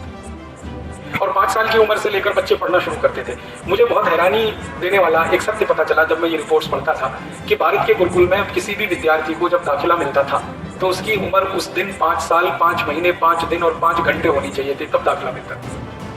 इतना परफेक्शन है कैलकुलेशन। 5 साल 5 महीने 5 दिन 5 घंटे इतनी उम्र पूरी हुई तब विद्यार्थी को भर्ती कराया जाएगा, उसके पहले भर्ती नहीं हो सकती। इसके पीछे कोई गहरे कारण रहे होंगे, उनको ढूंढने की जरूरत है। अभी तो भारत पर बहुत ज्यादा रिसर्च करने की जरूरत है। और इन गुरुकुलों में जो बच्चे पढ़ते थे वो 14 साल तक पढ़ते थे सामान्य रूप से, और उनको कई विषय पढ़ाए जाते थे। वेदों तो पढ़ाई जाते थे, गणित पढ़ाया जाता था, एस्ट्रोफिजिक्स पढ़ाई जाती थी, एस्ट्रोनॉमी पढ़ाई जाती थी, केमिस्ट्री पढ़ाई जाती थी, मेटलर्जी पढ़ाई जाती थी, धातु विज्ञान पढ़ाया जाता था। और ये सब बच्चे पंडित होकर माने पारंगत होकर निकलते थे अपने अपने विषय। और प्राथमिक शिक्षा होती थी, माध्यमिक शिक्षा भी होती थी और उच्च शिक्षा भी होती थी। उच्च शिक्षा के 14,000 से ज्यादा कॉलेज थे इस देश में 1823 तक। विश्वविद्यालय थे इस देश में। हमने तो 2 ही विश्वविद्यालयों के नाम सुने हैं, तक्षशिला और नालंदा। ये तो बहुत पुरानी कहानी है। मैं तो 175 साल पहले के सैकड़ों विश्वविद्यालयों के नाम गिना सकता हूँ। 175 साल पहले। समय की कमी है इसलिए इसको वाइंड अप करना है मुझे जल्दी। विश्वविद्यालय थे, डिग्री कॉलेजेस थे, प्राइमरी स्कूल्स थे, सेकेंडरी स्कूल्स थे, गुरुकुलों के नाम से चलते थे। और अद्भुत व्यवस्था ये होती थी कि ये सारा शिक्षा का तंत्र राजा की मदद के बिना चलता, समाज के लोग चलाते थे। ये महत्व की बात। राजा गुरुकुल नहीं चलाते थे, गुरुकुलों को समाज चलाते। और समाज कैसे चलाता था? हर गांव में गुरुकुल के नाम एक जमीन बनाई जाती थी, मान्यम भूमि कहते थे उसको। उस भूमि में जितना उत्पादन होगा वो सब गुरुकुल के लिए जाए, और बचेगा तो मंदिर के लिए जाए। फिर कई बार किसी गांव में मंदिर के पास सरप्लस हो जाता था तो वो गुरुकुल को देता था, गुरुकुल के पास सरप्लस हो मंदिर को देता था। ऐसे चलता है। राजाओं ने नहीं की है इस देश की शिक्षा व्यवस्था, प्रजा ने की। और आपको एक इंटरेस्टिंग फैक्ट बताऊं कि जब 1823 में भारत में 100% लिटरेसी दक्षिण में थी, 97% उत्तर भारत में लिटरेसी थी, उस समय इंग्लैंड में कोई पढ़ता नहीं था। इंग्लैंड में पहला स्कूल जो शुरू हुआ पढ़ाई का वो 1868 में शुरू हुआ, पहला स्कूल 1868 में। और हमारे यहाँ 1823 में 7,32,000 से ज्यादा स्कूल थे। 1868 में पहला स्कूल शुरू हुआ लंदन में, वो भी चर्च के पिछवाड़े में। और इस स्कूल में एक ही सब्जेक्ट था, थियोलॉजी, धर्मशास्त्र पढ़ाते थे, माने बाइबल और कुछ नहीं। और यहाँ एक एक गुरुकुल में 18 विषय पढ़े जाते। आपके मन में एक सवाल आएगा कि पहला स्कूल अगर 1868 में खुला लंदन में, तो ये ऑक्सफोर्ड की कहानी क्या है, कैम्ब्रिज की कहानी क्या? क्योंकि कैम्ब्रिज और ऑक्सफोर्ड वाले ये दावा करते हैं ना कि हम तो 10वीं शताब्दी से चलाते हैं। तो ये जो ऑक्सफोर्ड था ना 10वीं शताब्दी में, एक तरह से थिएटर था। थिएटर समझते हैं? जहाँ तलवारबाजी होती थी, तीरंदाजी होती थी, तलवारबाजी होती थी, कुछ नाटक वाटक खेले जाते थे, वो थिएटर था 10वीं शताब्दी में ऑक्सफोर्ड। और कैम्ब्रिज भी वैसा ही था। इनको यूनिवर्सिटीज का जो दर्जा मिला है वो तो 1760 के बाद मिला है, जब भारत से पैसा लूट लूट कर इन्होंने लंदन ले जाना शुरू किया। फिर उस पैसे से उन्होंने थोड़ा बहुत उसका बनाव सिंगार किया। स्कूल तो पहला 1868 में खुला, और ये 1760 में थोड़ा वहां धर्मशास्त्र और बाइबल की पढ़ाई शुरू हुई थी। लेकिन वो पढ़ाई आम आदमी के लिए नहीं थी, खास लोग ही पढ़ सकते थे। इंग्लैंड शिक्षा सबके लिए नहीं थी। राजा का बेटा, उनके जो कर्मचारी अधिकारी वही पढ़ सकते थे, बाकी के लिए तो शिक्षा थी ही नहीं। पब्लिक एजुकेशन नहीं थी। शिक्षा में हम बहुत ऊंचे थे, उद्योग में बहुत ऊंचे थे, विज्ञान और तकनीकी में भी हम बहुत ऊंचे थे। हमने मेटलर्जी सारी दुनिया को सिखाई है, हमने मैथमेटिक्स पूरी दुनिया को सिखाया। ये गणित का जो नंबर सिस्टम है 1 2 3 4 5 6, ये भारत ने सारी दुनिया को बताया। ये जो शून्य का आविष्कार है ये भारत का आविष्कार है। एस्ट्रोनॉमी के जितने भी प्रिंसिपल्स हैं सारी दुनिया में वो भारत के दिए हुए हैं। एस्ट्रोफिजिक्स के बहुत सारे प्रिंसिपल भारत के दिए हुए हैं। बहुत कुछ हमने दिया है और उसके ज्यादा विस्तार में नहीं जा पाऊंगा क्योंकि समय कम है। आप अंदाजा लगा सकते हैं कि जब मैकॉले आया है इस देश में तो शिक्षा से भरपूर भारत, समृद्धि से भरपूर भारत, उत्पादन से भरपूर भारत। मैकॉले जहां जहां गया उसकी डायरी में उसने नोटिंग की है। दक्षिण भारत के अरकाट गांव का वो जिक्र कर रहा है और कह रहा है कि धान का इतना उत्पादन यहाँ होता है, हम तो सोच नहीं सकते। दक्षिण भारत में 1840 तक 1 एकड़ में 66 क्विंटल तक धान होता था, 66 क्विंटल पर एकड़, 66 क्विंटल, जबकि यूरिया नहीं था, डीएपी नहीं था, सुपर फॉस्फेट। और दक्षिण भारत के सामान्य खेतों में जो खराब से खराब खेत माने जाते थे वहां 20 क्विंटल धान होता था 1 एकड़। अच्छे से अच्छे खेत में 66 क्विंटल, खराब से खराब खेत में 20 क्विंटल था। इतना प्रोडक्शन। आज मालूम है अच्छे से अच्छे खेत में 30 क्विंटल धान नहीं होता इस देश में। पूरी ताकत लगा दें यूरिया डीएपी की तो भी नहीं होता। तो उत्पादन भरपूर था, खेतों में, कारखानों में उद्योग चलते थे, व्यापार बहुत होता था। भारत के व्यापार का अंदाजा अगर आप लगाना चाहें तो ऐसे लगाइए, सारी दुनिया में जो कुल निर्यात होता था उसका 33% अकेले भारत का था, पूरी दुनिया 33%। उत्पादन का अंदाजा लगाना चाहे तो इस बात से लगाइए कि सारी दुनिया में जो कुल उत्पादन होता था उसका 43% उत्पादन अकेले भारत में था। आमदनी का अंदाजा लगाना हो तो इस बात से लगाइए कि सारी दुनिया में जो कुल आमदनी थी उसकी 27% आमदनी अकेले भारत में थी। ऐसा देश था भारत। यूं ही इस देश को लोगों ने सोने की चिड़िया नहीं कहा, इसके पीछे बहुत गहरी बात थी। एक अंग्रेज इतिहासकार हुआ, उसका नाम है विलियम डिग्बी। उसने बहुत बड़ा एक ग्रंथ लिखा है भारत के बारे में, हिस्ट्री ऑफ ब्रिटिश इंडिया, और ये ग्रंथ 7 भाग में है। History of British India part 1, part 2, part 3, part 4, part 5, part 6, part 7। तो पहले खंड में पहले ही वाक्य जो लिख रहा है वो सुना था वहां। वो कहता है भारत सोने की चिड़िया नहीं, सोने का महासागर है। वो कहता है करेक्शन करना चाहिए, सोने की चिड़िया नहीं है, सोने का महासागर। फिर आगे लिखता है कि सारी दुनिया की नदियों के पानी की तरह से सोना बहकर भारत में आता है और भारत से 1 ग्राम भी सोना बाहर नहीं जाता। क्यों? तो वो कहता है भारत सिर्फ एक्सपोर्ट करता है, इंपोर्ट कुछ नहीं करता। आयात करता ही नहीं भारत, जाएगा कैसे सोना यहाँ? निर्यात करता है तो आता ही आता है, आते ही आता है।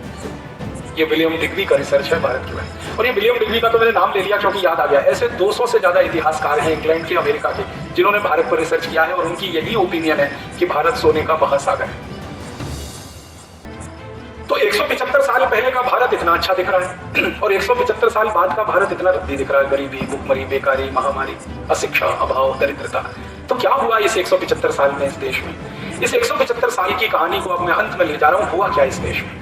जब अंग्रेजों को ये समझ में आ गया ना भारत इतना समृद्धशाली है, इतना पैसे वाला है। अंग्रेजों को वैसे ये बात 1757 में समझ में आ गई थी।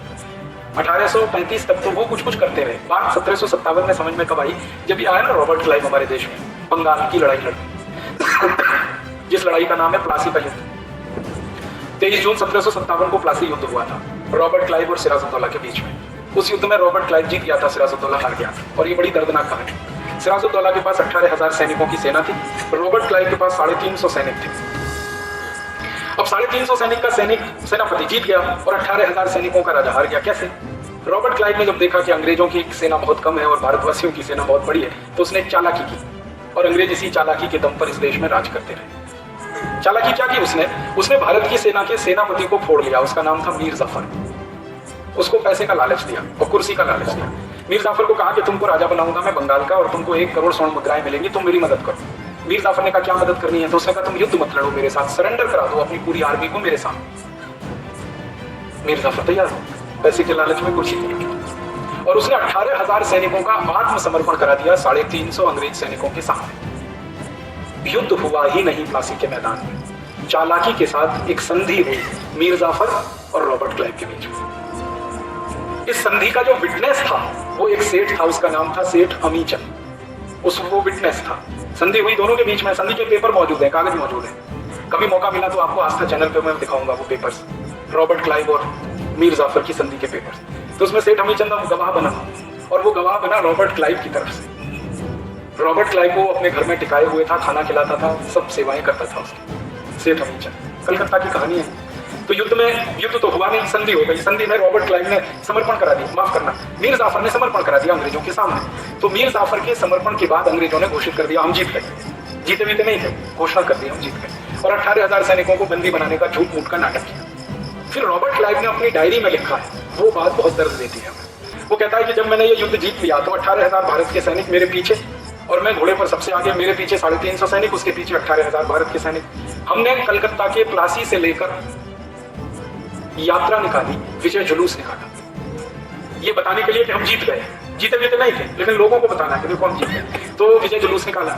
तो कहता है कि उस विजय जुलूस में मैं आगे चलता था, मेरे पीछे 350 अंग्रेज सैनिक थे, 18,000 भारतीय सैनिक थे और सड़क के दोनों किनारे हजारों भारतवासी हमारा जुलूस देखते। अगर किसी एक भारतवासी ने उठाकर पत्थर हमें मारा होता तो भारत का इतिहास 1757 में ही बदल गया। ये उसने लिखा अपनी डायरी। और उसने कहा कि भारत के लोगों ने हमारे जुलूस में तालियां बजाई, पत्थर नहीं मारे। जो पत्थर मारते भारतवासी तो हम तो मर गए होते। और वो लिखता है डायरी में कि उसी दिन मुझे अंदाजा हो गया था कि हम भारत को जीत लेंगे, क्योंकि ये ताली बजाने वाले लोग हैं, पत्थर मारने वाले लोग हैं। तो उसने कहा भारत को तो हमने उसी दिन जीत लिया। बाद में कहानी आप सब जानते हैं, सिराजुद्दौला का मर्डर कराया, रॉबर्ट क्लाइव ने मीर कासिम को थोड़े दिन राजा बनाया, फिर मीर कासिम को हटाया, मीर जाफर को बनाया, फिर मीर जाफर को मार डाला रॉबर्ट क्लाइव ने और खुद राजा बन गया बंगाल का। और वहां से ईस्ट इंडिया कंपनी का शासन स्थापित हुआ। फिर इसने लूट की कलकत्ते की रॉबर्ट क्लाइव ने, और 7 साल लूटता रहा ये कलकत्ते को। 7 साल बाद इसका ट्रांसफर हो गया, वापस लंदन चला गया। तो लूट का सारा धन इसने भारत से लंदन ले जाने के लिए पानी के कुछ जहाज किराए पे लिए। तो ब्रिटिश पार्लियामेंट में इससे पूछा गया कि तुम भारत से जो धन लाए हो वो कितना है? तो रॉबर्ट क्लाइव ने कहा मैंने गिना नहीं है। तो भी बताओ कितना है? तो उसने कहा भारत से मैं सोने के सिक्के लाया, चांदी के सिक्के लाया, हीरे जवाहरात लाया, और ये सब लाने के लिए मुझे पानी के 900 जहाज किराए पर लेने पड़े। अंदाजा आप लगाइए कितना लूटा एक रॉबर्ट क्लाइव। और रॉबर्ट क्लाइव कोई अकेला लुटेरा नहीं था। रॉबर्ट क्लाइव गया, फिर वॉरेन हेस्टिंग्स आया, उसने लूटा, फिर विलियम पिट आया, उसने लूटा, फिर कर्जन आया, उसने लूटा, और ऐसे 84 गवर्नर जनरल आए, लूटते ही रहे इस देश को। उस लूट के कारण ये देश गरीब होता चला गया। ये देश गरीब नहीं था, लूट ने इस देश को गरीब बनाया, और अंग्रेजों ने बेइंतहा लूटा, बेतहाशा लूटा। और जब सारा लूटा धन इंग्लैंड जाने लगा तो इंग्लैंड अमीर होने लगा, भारत गरीब होने लगा, और उस लूटे हुए धन से उन्होंने क्रांति की, जिसको औद्योगिक क्रांति कहते हैं, इंडस्ट्रियल रिवॉल्यूशन, वो उसी पैसे से हुई।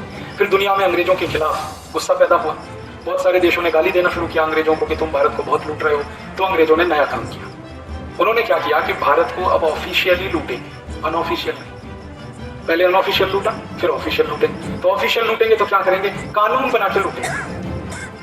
पहले बिना कानून के, फिर कानून बना के। तो अंग्रेजों ने कुछ लूट के कानून बनाए इस देश में। अंग्रेजों की संसद में बहस हुई है, बहुत इंटरेस्टिंग, और बहस इस बात की है कि भारत को कैसे कैसे लूटा जाए।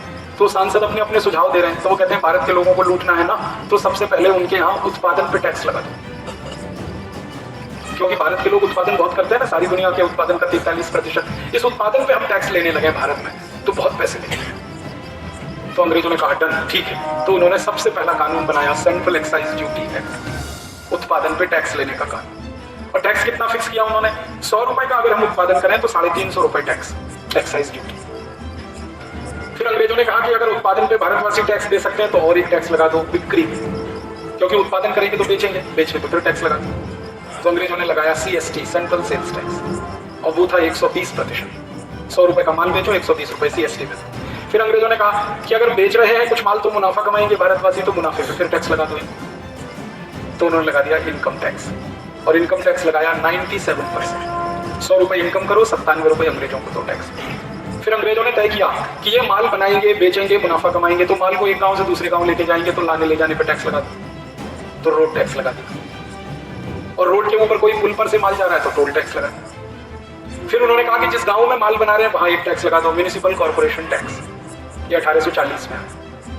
फिर उन्होंने तय किया कि जिस गांव में सामान लेके आते हैं गांव में घुसते ही एक टैक्स और लगा दो, ऑक्ट्रॉय। तो सेंट्रल एक्साइज लगाया, सेंट्रल सेल्स टैक्स लगाया, इनकम टैक्स लगाया, रोड टैक्स लगाया, टोल टैक्स लगाया, ऑक्ट्रॉय लगाया। फिर अंग्रेजों ने कहा कि ये भारतवासी जो भी कुछ बनाएंगे, मुनाफा कमाएंगे, तो मुनाफे से अपने घर बनाएंगे तो घरों पे टैक्स लगा दो, हाउस टैक्स। फिर उन्होंने कहा कि घर बनाने के बाद भी इनके पास पैसे बचेंगे तो प्रॉपर्टी बनाएंगे तो प्रॉपर्टी टैक्स लगा दो। ऐसे 23 टैक्स लगाए अंग्रेजों, और टैक्स लगा के खूब जम के लूटा इस देश में। 1840 से 1947 तक अंग्रेजों ने 23 टैक्स लगाकर जो भारत को लूटा, उसके सारे रिकॉर्ड्स बताते हैं कि करीब 300 लाख करोड़ रुपए लूटा उन्होंने भारत से, टैक्स लगा के। और बिना टैक्स लगाए रॉबर्ट क्लाइव ने जो लूटा, 900 पानी के जहाज भर के ले गया, वो तो कहानी अलग है। तो भारत की जो गरीबी आई है वो लूट में से निकली। हम गरीब नहीं थे, हमको लूटा गया इसलिए गरीब हो गए। और दुनिया का सर्वमान्य सिद्धांत है कि जो लूटता है वही गरीब होता है, जो लूटता है वही अमीर होता है। अंग्रेजों ने लूटा तो वो अमीर हो गए, हम लूटे तो गरीब हो गए। तो हमारी गरीबी का ऐतिहासिक कारण है, कोई आध्यात्मिक कारण नहीं, कोई सामाजिक कारण नहीं, ऐतिहासिक कारण। इसलिए हम और इस गरीबी में से बेरोजगारी आ गई। वो कैसे आई, जब हमारे सामानों पे अंग्रेजों ने टैक्स लगा दिए तो वो सामान महंगे हो गए। दुनिया के बाजार में जो हमारा एक्सपोर्ट था वो घटने लगा, क्योंकि महंगी चीज बिकती नहीं। तो 33% जो हम एक्सपोर्ट किया करते थे वर्ल्ड मार्केट में, वो घट के 5% रह गए। और जब एक्सपोर्ट घट गया तो हमारे कारखाने बंद हो गए, और कारखाने बंद हुए तो मजदूर बेकार हुए, तो उसमें से बेरोजगारी पैदा हुई। और ये गरीबी बेरोजगारी के दुष्परिणाम से भुखमरी पैदा हुई। और अंग्रेजों के 1840 से 1947 के शासनकाल में 4.5 करोड़ भारतवासी भूख से मरे। 107 साल के शासनकाल, 4.5 करोड़। फिर अंग्रेजों ने क्या किया, अंग्रेजी स्कूल लाए, कॉन्वेंट स्कूल शुरू किए मैकॉले ने, तो हमारे गुरुकुल बंद कराए। उसके लिए कानून बनाया, इंडियन एजुकेशन एक्ट, जिसमें यह बताया गया कि संस्कृत में कुछ पढ़ाओ तो वो गैर कानूनी, अंग्रेजी में पढ़ाओ तो कानूनी। तो सारे गुरुकुल तो संस्कृत में पढ़ाते थे वो बंद किए गए। गुरुकुलों को मिलने वाला दान बंद किया गया। तो 90 साल में पूरी शिक्षा इस देश की तहस नहस हो। और जब शिक्षा चली गई, उद्योग चले गए, व्यापार चला गया, तो सब चला गया। फिर तो बचा क्या, आजादी ही चली गई तो सब चला गया। उसके कारण ये सारा देश बिखर गया। अब क्या होना चाहिए, इस बिखरे हुए देश को फिर संवारना चाहिए, यही होना चाहिए। मैं इसको एक प्रतीक के रूप में आपको ये कहता हूं कि मान लो कोई हमारे घर में घुस आया जबरदस्ती और उसने हमारे पूरे घर को तहस नहस कर दिया, केओस बना दिया पूरे घर में, हमने उसको मार के भगा दिया, तो अब क्या करेंगे? अपने घर को रीसेट करेंगे, रीऑर्डर। तो भारत में अंग्रेज आए, हमने इनको मार के भगाया। अब वो मार के भगाने की कहानी आपको सुनाने की जरूरत नहीं, क्योंकि आप सब जानते हैं आजादी का इतिहास, 1857 का पहला संग्राम और 1942 का आखिरी संग्राम। इस पूरी लड़ाई में 7,32,780 क्रांतिवीरों का बलिदान करके हमने अंग्रेजों को भगा दिया 15 अगस्त 47 को। तो होना ये चाहिए था कि जब अंग्रेज गए भारत को छोड़कर, तो हमें हमारा देश फिर से व्यवस्थित करना चाहिए था। तो अगर हम अपने देश को व्यवस्थित करते तो सबसे पहला काम क्या करना चाहिए? जिन कानूनों की मदद से अंग्रेजों ने हमको लूटा, वो कानून तो सबसे पहले जला देने चाहिए थे इस देश में। इनकम टैक्स को जलाना चाहिए था, हमने नहीं जलाया। सेंट्रल एक्साइज को जलाना चाहिए था, हमने नहीं जलाया। सेंट्रल सेल्स टैक्स को जलाना चाहिए, हमने नहीं जलाया। अंग्रेजों के बनाए गए 23 के 23 टैक्स कानून हमने ज्यों के त्यों अपने ऊपर लाद लिए। और अब तो दुर्भाग्य यह है कि अंग्रेजों के जाने के बाद अब 64 टैक्स कानून इस देश पे लग गए। माने हमको जो व्यवस्था करनी चाहिए थी उसको और बिगाड़ दिया हमने। अब परिणाम क्या हो रहा है? अंग्रेजों ने 23 टैक्स कानून लगाकर लूटा 300 लाख करोड़। अब अंग्रेजों के जाने के बाद जो देश चला रहे हैं हमारे ही राजनेता और अधिकारी, इन्होंने 64 तरह के टैक्स कानून लगा के देश में से लूट लिया।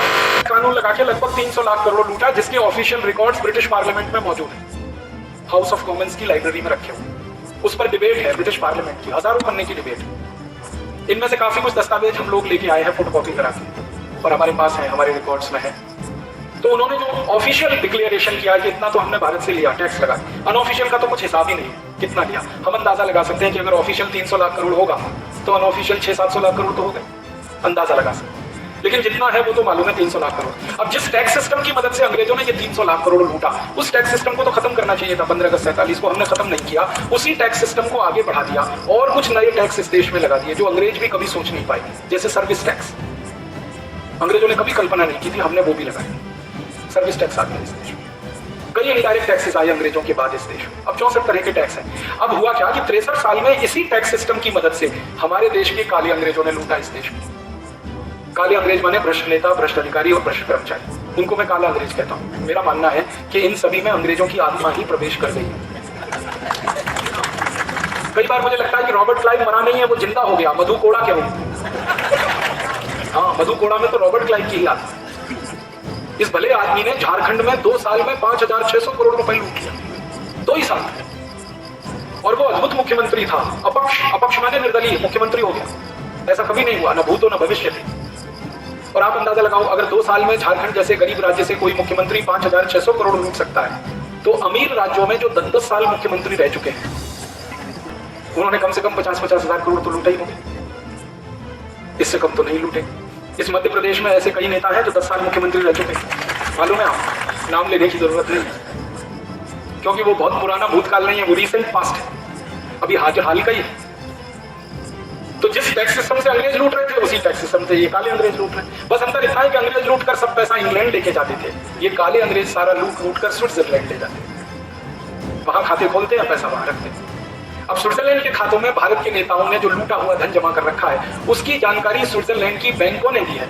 स्विस बैंक है 330, उनका एक एसोसिएशन है जिसको वो कहते हैं स्विस बैंकर्स एसोसिएशन। उनके अनुसार भारत के घूसखोर नेता, रिश्वतखोर नेता, भ्रष्टाचारी नेताओं का स्विस बैंकों में 72 लाख करोड़ रुपए जमा है। ये लेटेस्ट फिगर है, 1,500 अरब डॉलर माने 72 लाख करोड़। और अभी एक नई जानकारी आई है, वो ये स्विट्जरलैंड की ये जो बैंक है ना, इनसे हम लोग थोड़े संपर्क में हैं पिछले कुछ दिनों से, क्योंकि हमने एक केस किया है सुप्रीम कोर्ट में स्विस बैंकों का पैसा वापस लाने के लिए। तो जब ये केस हुआ ना, तो दुनिया में 2 बड़ी संस्थाएं हमारे साथ आई। एक का नाम है ट्रांसपेरेंसी इंटरनेशनल, दूसरी है टैक्स जस्टिस नेटवर्क। उन्होंने कहा कि आपको अभी अधूरी जानकारी है, स्विस बैंकों में तो 72 लाख करोड़ है, स्विट्जरलैंड के अलावा 70 और देश हैं, वहां पर 258 लाख करोड़ है। अब अंग्रेजों ने 300 लाख करोड़ लूटा था 107 साल में, और इन काले अंग्रेजों ने 258 लाख करोड़ लूट लिया 63 साल में। माने ये तो अंग्रेजों के भी बाप है, लूट और बेशर्मी से लूट रहे। जब से हमको ये जानकारी मिली, हमने भारत के कुछ भ्रष्ट नेताओं की कुंडली बनाना शुरू किया, जन्म कुंडली। जन्म कुंडली वो नहीं राहु केतु वाली, जन्म कुंडली वो कि ये व्यक्ति राजनीति में आया तो इसके पास क्या था, 20 साल राजनीति में रह लिया तो कितना हो गया। तो एक एक नेता की संपत्ति 70,000 करोड़, 65,000 करोड़, 50,000 करोड़ ऐसे मिल गए। एक नेता है 25 साल पहले उसके घर में टूटी साइकिल नहीं थी, महाराष्ट्र का है, अभी केंद्र सरकार में मंत्री है। आज उसकी संपत्ति 72,000 करोड़ की। आप मुंबई आना, माफ करना मुंबई से पूना 180 किलोमीटर है। इस 180 किलोमीटर की दूरी में जितनी दूर दूर तक जमीन आप देख सकते हैं वो अकेले उस नेता की है। ऐसे एक महाराष्ट्र का नेता है, केंद्र में इस समय मंत्री है। 20 साल पहले दादर रेलवे स्टेशन पर सब्जी बेचता था, मैं थी पालक, और आज उसकी संपत्ति 65,000 करोड़ की। एक नेता है, वो नासिक का है, सिनेमा का टिकट ब्लैक करता था 20 साल पहले, पुलिस ने कई बार पकड़ा उसको, और आज उसकी संपत्ति 55,000 करोड़ की। और ऐसे एक दो नहीं है, 80,000 नाम है, 80,000, जिन्होंने 258 लाख करोड़ रुपए लूटा है देश का, और उनके नामों से विदेशी बैंकों में जमा कर रखा है। तो बात एक समझने की है, वो ये कि जिस तंत्र की मदद से अंग्रेज लूट रहे थे, उसी तंत्र की मदद से ये काले अंग्रेज लूट रहे हैं। जिन कानूनों को अंग्रेजों ने लगाया लूटने के लिए, वही कानून ये आज भी चला रहे हैं लूटने के लिए।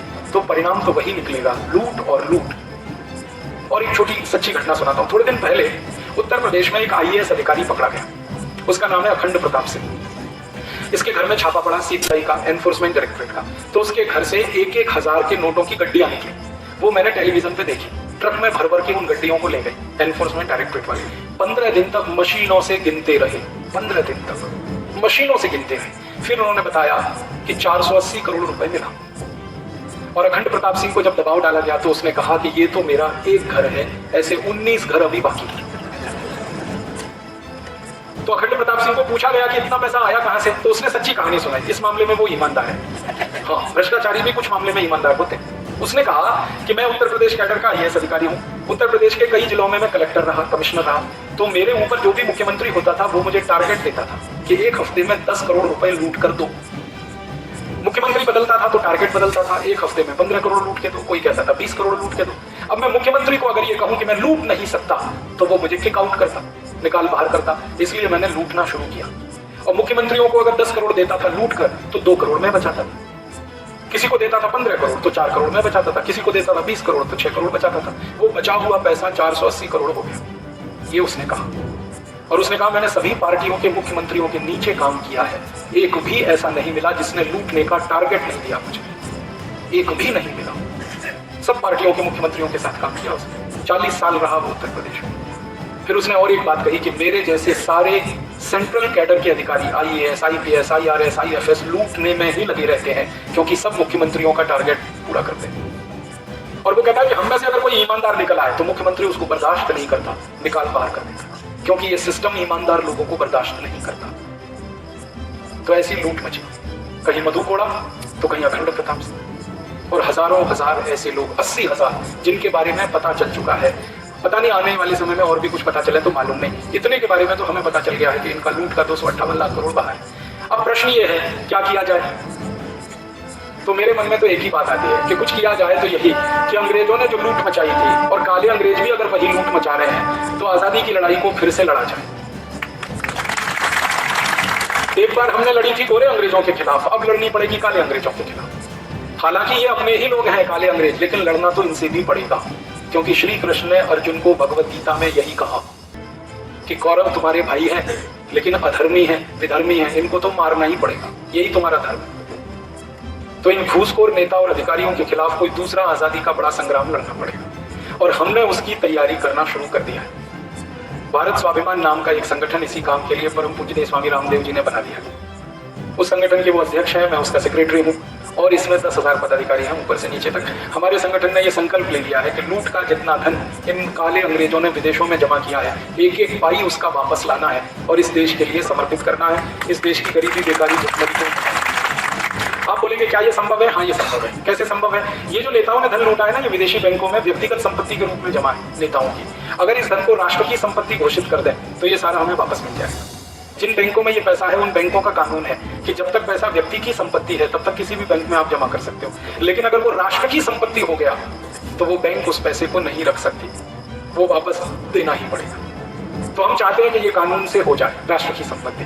अब इसके लिए 2 संस्थाएं हैं जो कर सकती हैं, एक तो सुप्रीम कोर्ट और एक संसद। तो सुप्रीम कोर्ट में हमने एक मुकदमा लगवाया, 6 महीने पहले वो केस फाइल किया था, अभी वो एडमिट हो गया है, और सुप्रीम कोर्ट ने केंद्र सरकार को नोटिस दे दिया है कि विदेशी बैंकों में जो 258 लाख करोड़ जमा है, इसका पूरा हिसाब दो सुप्रीम कोर्ट को। किसका कितना है? तो सरकार की हालत खराब हो गई है। क्योंकि जिनका पैसा है वही सरकार चला रही है। ये समस्या खड़ी हो गई। तो सरकार अब पता है टाइम पास कर रही है। सुप्रीम कोर्ट को कहा 6 महीने में जवाब देंगे, सुप्रीम कोर्ट ने कहा ठीक है 6 महीने में जवाब दो, 6 महीने बाद फिर कहेंगे और 6 महीने में जवाब देंगे। वो अनंत काल तक लटकाएंगे इस मामले को। हम सुप्रीम कोर्ट में एक बात कहना चाहते हैं कि ये पैसा किसी का भी हो, आप इसको राष्ट्र की संपत्ति घोषित कर दो, बाकी फैसला बाद में होगा। और सुप्रीम कोर्ट अगर ये जजमेंट दे देगी ये राष्ट्र की संपत्ति है, तब चिल्लाएंगे कुछ नेता ये मेरी है, ये मेरी है, ये मेरी है। तो देश देखेगा उनको किसकी है, किसकी है, किसकी है। और फिर देश पूछेगा तुम कहां से लाए थे, तुम्हारे बाप दादे कितना छोड़ गए थे कि ये तुम्हारी संपत्ति। तो एक बार देश के सामने दूध का दूध पानी का पानी हो जाएगा। बेईमान कौन कौन है और ईमानदार कौन कौन, ये हम चाहते हैं। और सुप्रीम कोर्ट में ये ताकत है कि वो इस पैसे को राष्ट्र की संपत्ति घोषित कर सकता है। एक बार सुप्रीम कोर्ट ने किया था यूरिया घोटाले के मामले में, जब नरसिम्हा राव प्रधानमंत्री थे, 133 करोड़ का घोटाला हुआ था। सुप्रीम कोर्ट ने उसको राष्ट्रीय संपत्ति घोषित किया था। वो सारा पैसा स्विस बैंक से वापस आया था। तो हमारा इतना ही कहना है कि यूरिया घोटाले का पैसा आ सकता है तो चारा घोटाले का भी आ सकता है, बोफोर्स घोटाले का भी आ सकता है, एनरॉन घोटाले का भी आ सकता है। सारे घोटाले एक घोटाला एक, सबका पैसा राष्ट्र की संपत्ति।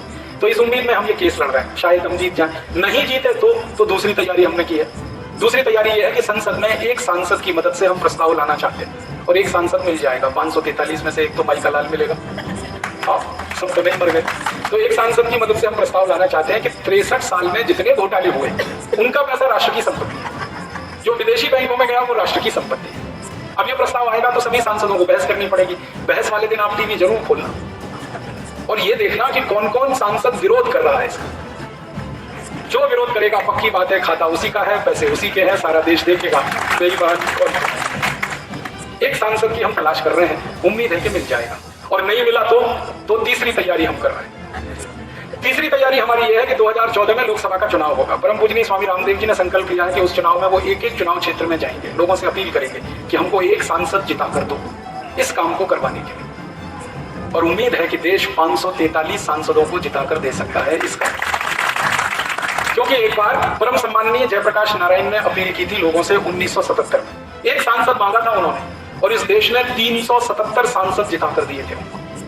और ऐसे कई सांसद जिताकर दिए थे देश ने जिन्होंने कभी चुनाव क्षेत्र में मुंह नहीं दिखाया अपना और जीत गए, जेल में थे और जीत गए। तो अगर जयप्रकाश नारायण को 377 सांसद मिल सकते हैं तो परम पूजनीय स्वामी रामदेव जी को 400 तो मिलना ही चाहिए। जेपी से किसी मामले में कम तो है। जेपी का जितना त्याग था उतना त्याग उनका है। जेपी का जितना सम्मान था उससे ज्यादा सम्मान रामदेव जी का देश में है। और जेपी ने तो संन्यास नहीं लिया था, इन्होंने तो संन्यास ग्रहण किया हुआ है और उनमें कुछ सद्गुण है। तो शायद इतने सांसद मिल जाएंगे। मिले तो 1 मिनट में कानून बनाएंगे, 258 लाख करोड़ वापस लाएंगे। और ये पैसा जब आएगा तो चिल्लपों करेंगे ये नेता, क्योंकि जिनका पैसा वो चुप तो बैठेंगे नहीं। तो उसके बाद दूसरा कानून बनाना है जो नेहरू जी कहते रहे लेकिन हम करेंगे उसे। दूसरा कानून ये कि जिसका पैसा पकड़ा गया उसको 3 महीने में फांसी की सजा। ये कानून हम बनाए, फिर देखें कौन चिल्लाता है कि ये मेरा पैसा, ये मेरा पैसा। डर के मारे बोलेंगे नहीं, अच्छा है, क्योंकि हम उसको देश का पैसा घोषित करा देंगे।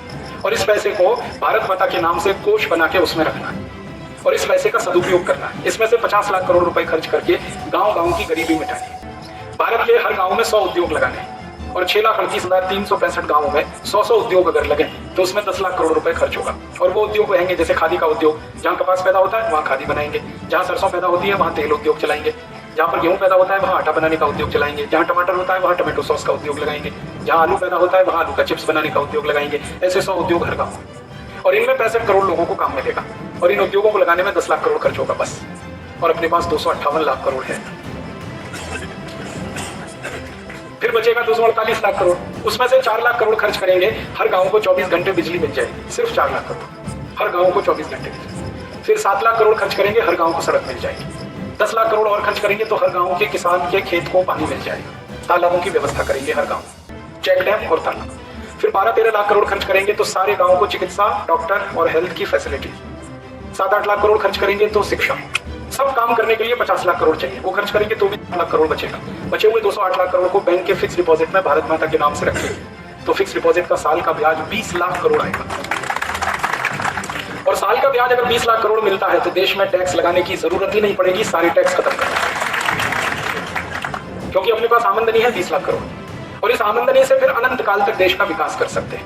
और सारे टैक्स खत्म करेंगे तो सबसे पहले इनकम टैक्स खत्म करेंगे। इनकम टैक्स खत्म होते ही सारा ब्लैक मनी वाइट हो जाएगा। देश के अंदर 55 लाख करोड़ का ब्लैक मनी है, ये सब बाहर आ जाएगा। मनी जो है ना, मनी होता है, ब्लैक एंड व्हाइट नहीं होता।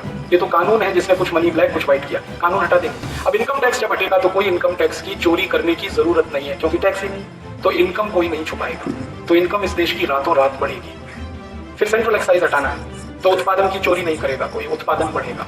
फिर सीएसटी खत्म करना है तो व्यापार की चोरी नहीं, व्यापार बढ़ेगा।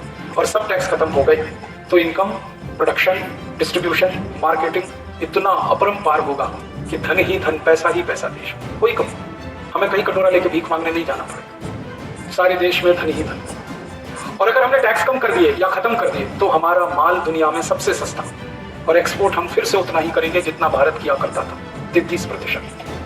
चाइना आज वर्ल्ड मार्केट में 25% का हिस्सेदार है एक्सपोर्ट में। जानते हैं क्यों? टैक्सेशन सिस्टम को उन्होंने ठीक रखा है, इसलिए सबसे कम टैक्सेस है चाइना।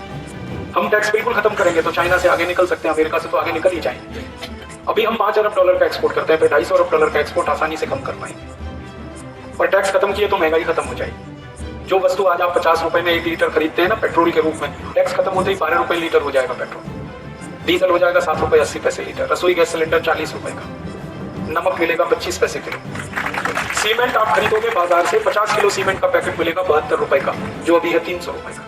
लोहा खरीदोगे बाजार से, जो अभी 50 रुपए किलो है, वो मिलेगा 12 रुपए किलो का। आप जो 20 लाख का घर बनाते हो ना, टैक्स खत्म होने के बाद वो घर बनेगा 6 लाख रुपए। आपका बेटा या बेटी इंजीनियरिंग की पढ़ाई करे, अभी 5 लाख खर्च होता है 5 साल में, वो फिर खर्च होगा 50,000 5 साल। कोई MBBS MD की पढ़ाई करे, 20 लाख खर्च होता है, वो मुश्किल से 2-2.5 लाख रह जाए। आप इंदौर से अमेरिका जाएं, अमेरिका से वापस इंदौर आए तो टैक्स खत्म होने के बाद किराया 7,000 रुपए होगा, जो अभी 77,000। टैक्स खत्म होने से पूरी इकोनॉमी में बूम आएगा। एक तरफ लोगों की परचेसिंग कैपेसिटी बढ़ेगी क्योंकि रोजगार दे दिया हमने उनको, गरीबी खत्म हुई। दूसरी तरफ वस्तुएं सस्ती होंगी तो डिमांड और बढ़ेगी, डिमांड और बढ़ेगी तो प्रोडक्शन और बढ़ेगा, प्रोडक्शन और बढ़ेगा तो समृद्धि और बढ़ेगी, और इसी को डिस्ट्रीब्यूट करते चले जाएं तो ज्यादा नहीं कहता 5 से 10 साल में ये देश फिर से सोने की चिड़िया हो जाए।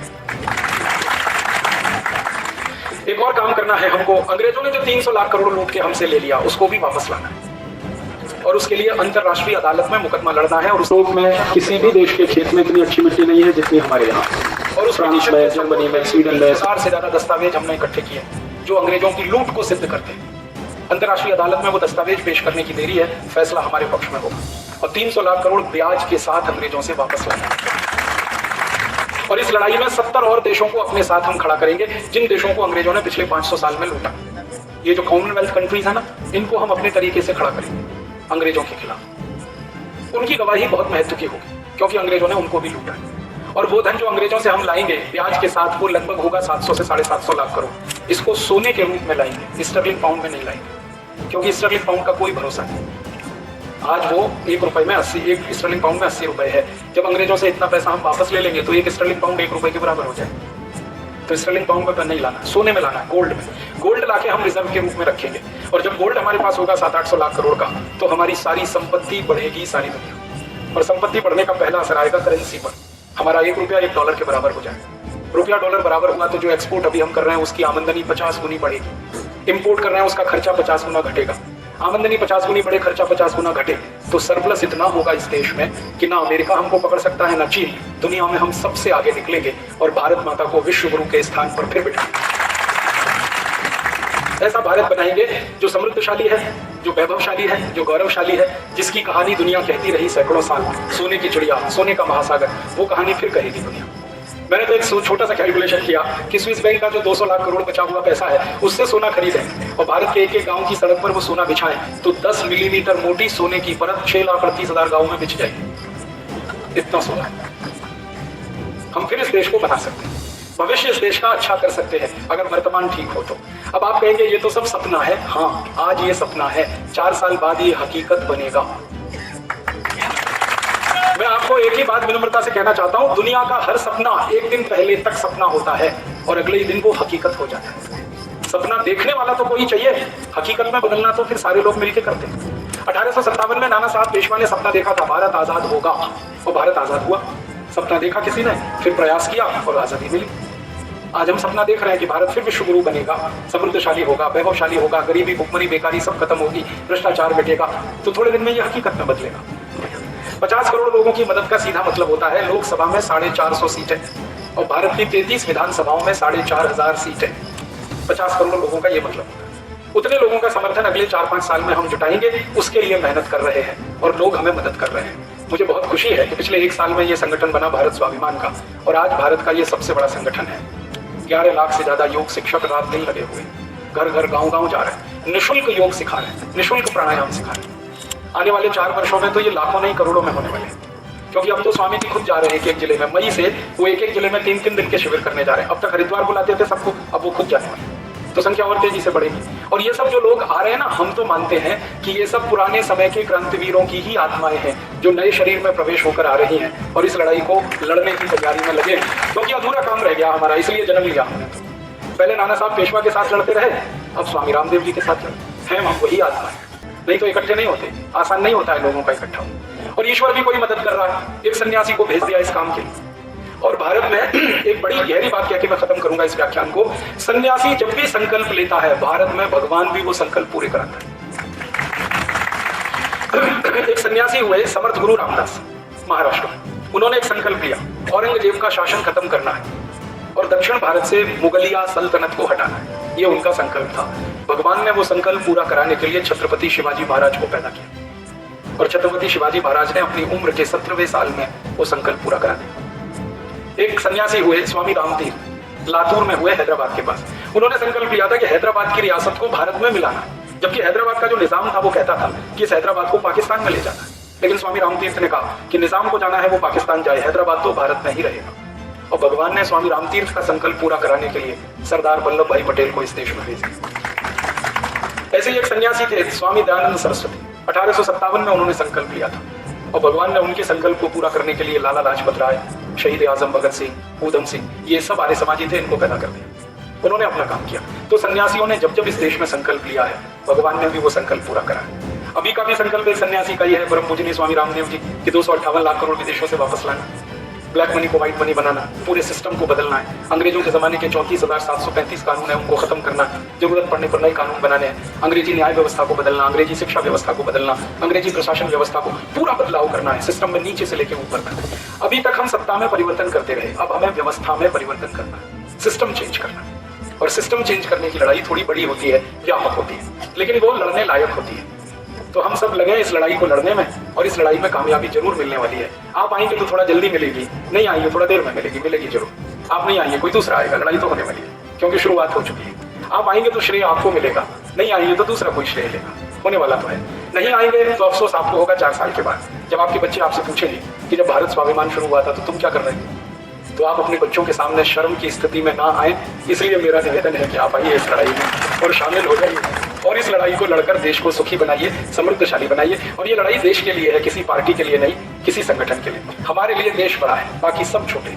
मैं बहुत छोटा हूँ, हम सब बहुत छोटे हैं, देश हमसे बहुत बड़ा है, हमारा संगठन भी देश से छोटा है। देश सबसे आगे है, अगर ये रहेगा तो हम सब रहेंगे, यही नहीं रहेगा तो हम कहाँ रहेंगे। ये हमारी मान्यता है, और हमारी मान्यता है कि 120 करोड़ भारतवासी सब हमारे स्वजन हैं, वो गरीब हो या अमीर, हिंदू हो या मुसलमान, सिख हो या ईसाई, उन सबको इस देश के लिए काम करना है। और ऐसी व्यवस्था बनानी है जिसमें हर व्यक्ति अपना योगदान दे सके देश को आगे बढ़ाने में। देश की अच्छाइयों को लगातार बढ़ाते जाना है, बुराइयों को खत्म करते जाना है। इसी काम में मैं लगा हूँ, आप लगे, हम सब मिलके लगे तो जरूर होने वाला है। लगने का एक बहुत सरल तरीका है, आप हमारे भारत स्वाभिमान के साथ जुड़ जाएं। यहाँ उज्जैन में हमारी समिति काम करती है, उसके पदाधिकारी यहाँ बैठे हैं, आप उनसे संपर्क कर लें। एक फॉर्म हमने बनाया है मेंबरशिप के लिए, वो आप ले लें, उसको भर के जमा कर दें, फिर हमारे कार्यकर्ता आपसे संपर्क कर लेंगे। आपकी मेंबरशिप किसी और के लिए प्रेरणा दे सकती है। हमें 50 करोड़ लोग ऐसे खड़े करने हैं 5 साल में, 4 से 5 साल में, उसमें से एक आप भी हो सकते हैं। और ये होना हमारा इस अभियान में ये बहुत बड़ा मायने रखता है, क्योंकि जीवन में सार्थकता हो तो सबसे महत्व की बात है। सफलता हो या ना हो, लेकिन सार्थकता तो जरूर हो। और हमारा जीवन एक बड़े काम के लिए लग रहा है, हो रहा है, तो शायद हम सार्थक होंगे। ऐसा बोलकर आपका आभार व्यक्त करता हूँ, धन्यवाद देता हूँ, और बहुत प्रणाम करता हूँ कि आपने लगभग 2.5 घंटे से ज्यादा मुझे ध्यान से सुना। ये बातें दूसरों को कहेंगे तो मैं आपका और आभारी रहूंगा। हमारे कुछ सहयोगी हैं भारत स्वाभिमान के, देवास और उज्जैन के, उनके पास मेरे कुछ व्याख्यानों की सीडीज हैं, आप चाहें तो ले जाएं, क्योंकि ये तो मैंने बहुत थोड़ा बताया है। इस विषय में बताने के लिए मेरे पास 70 घंटे से ज्यादा का मटीरियल है। हाँ, उतना मैं पूरा बता नहीं पाया क्योंकि समय की कमी। आप और ज्यादा सुनना चाहें तो सीडी ले जाएं। मेरा किसी सीडी पे कॉपीराइट नहीं है, सबको कॉपी करने का कंप्लीट राइट है। आप उसकी एक नहीं 1000 कॉपी बनाएं, 10,000 बनाएं, गांव-गांव बांटें, गली-गली बांटें। मैं कभी आपके खिलाफ मुकदमा नहीं लड़ने आऊंगा, क्योंकि मैं मानता हूं वो ज्ञान मेरा नहीं है, आप सभी का है। ये अलग बात है कि 20 साल में ये ज्ञान मैंने अर्जित किया, लेकिन इसको सबको देना है, सबका अधिकार इस ज्ञान पर है, क्योंकि भारत में ज्ञान बांटने के लिए होता है, रखने के लिए नहीं होता। और ज्ञान का दान सबसे बड़ा दान होता है। तो मेरे जीवन में अगर ये ज्ञान का दान मैं करवाया तो कर पाया तो अपने को धन्य मानूंगा। ये निवेदन के साथ बहुत बहुत आभार, बहुत बहुत धन्यवाद।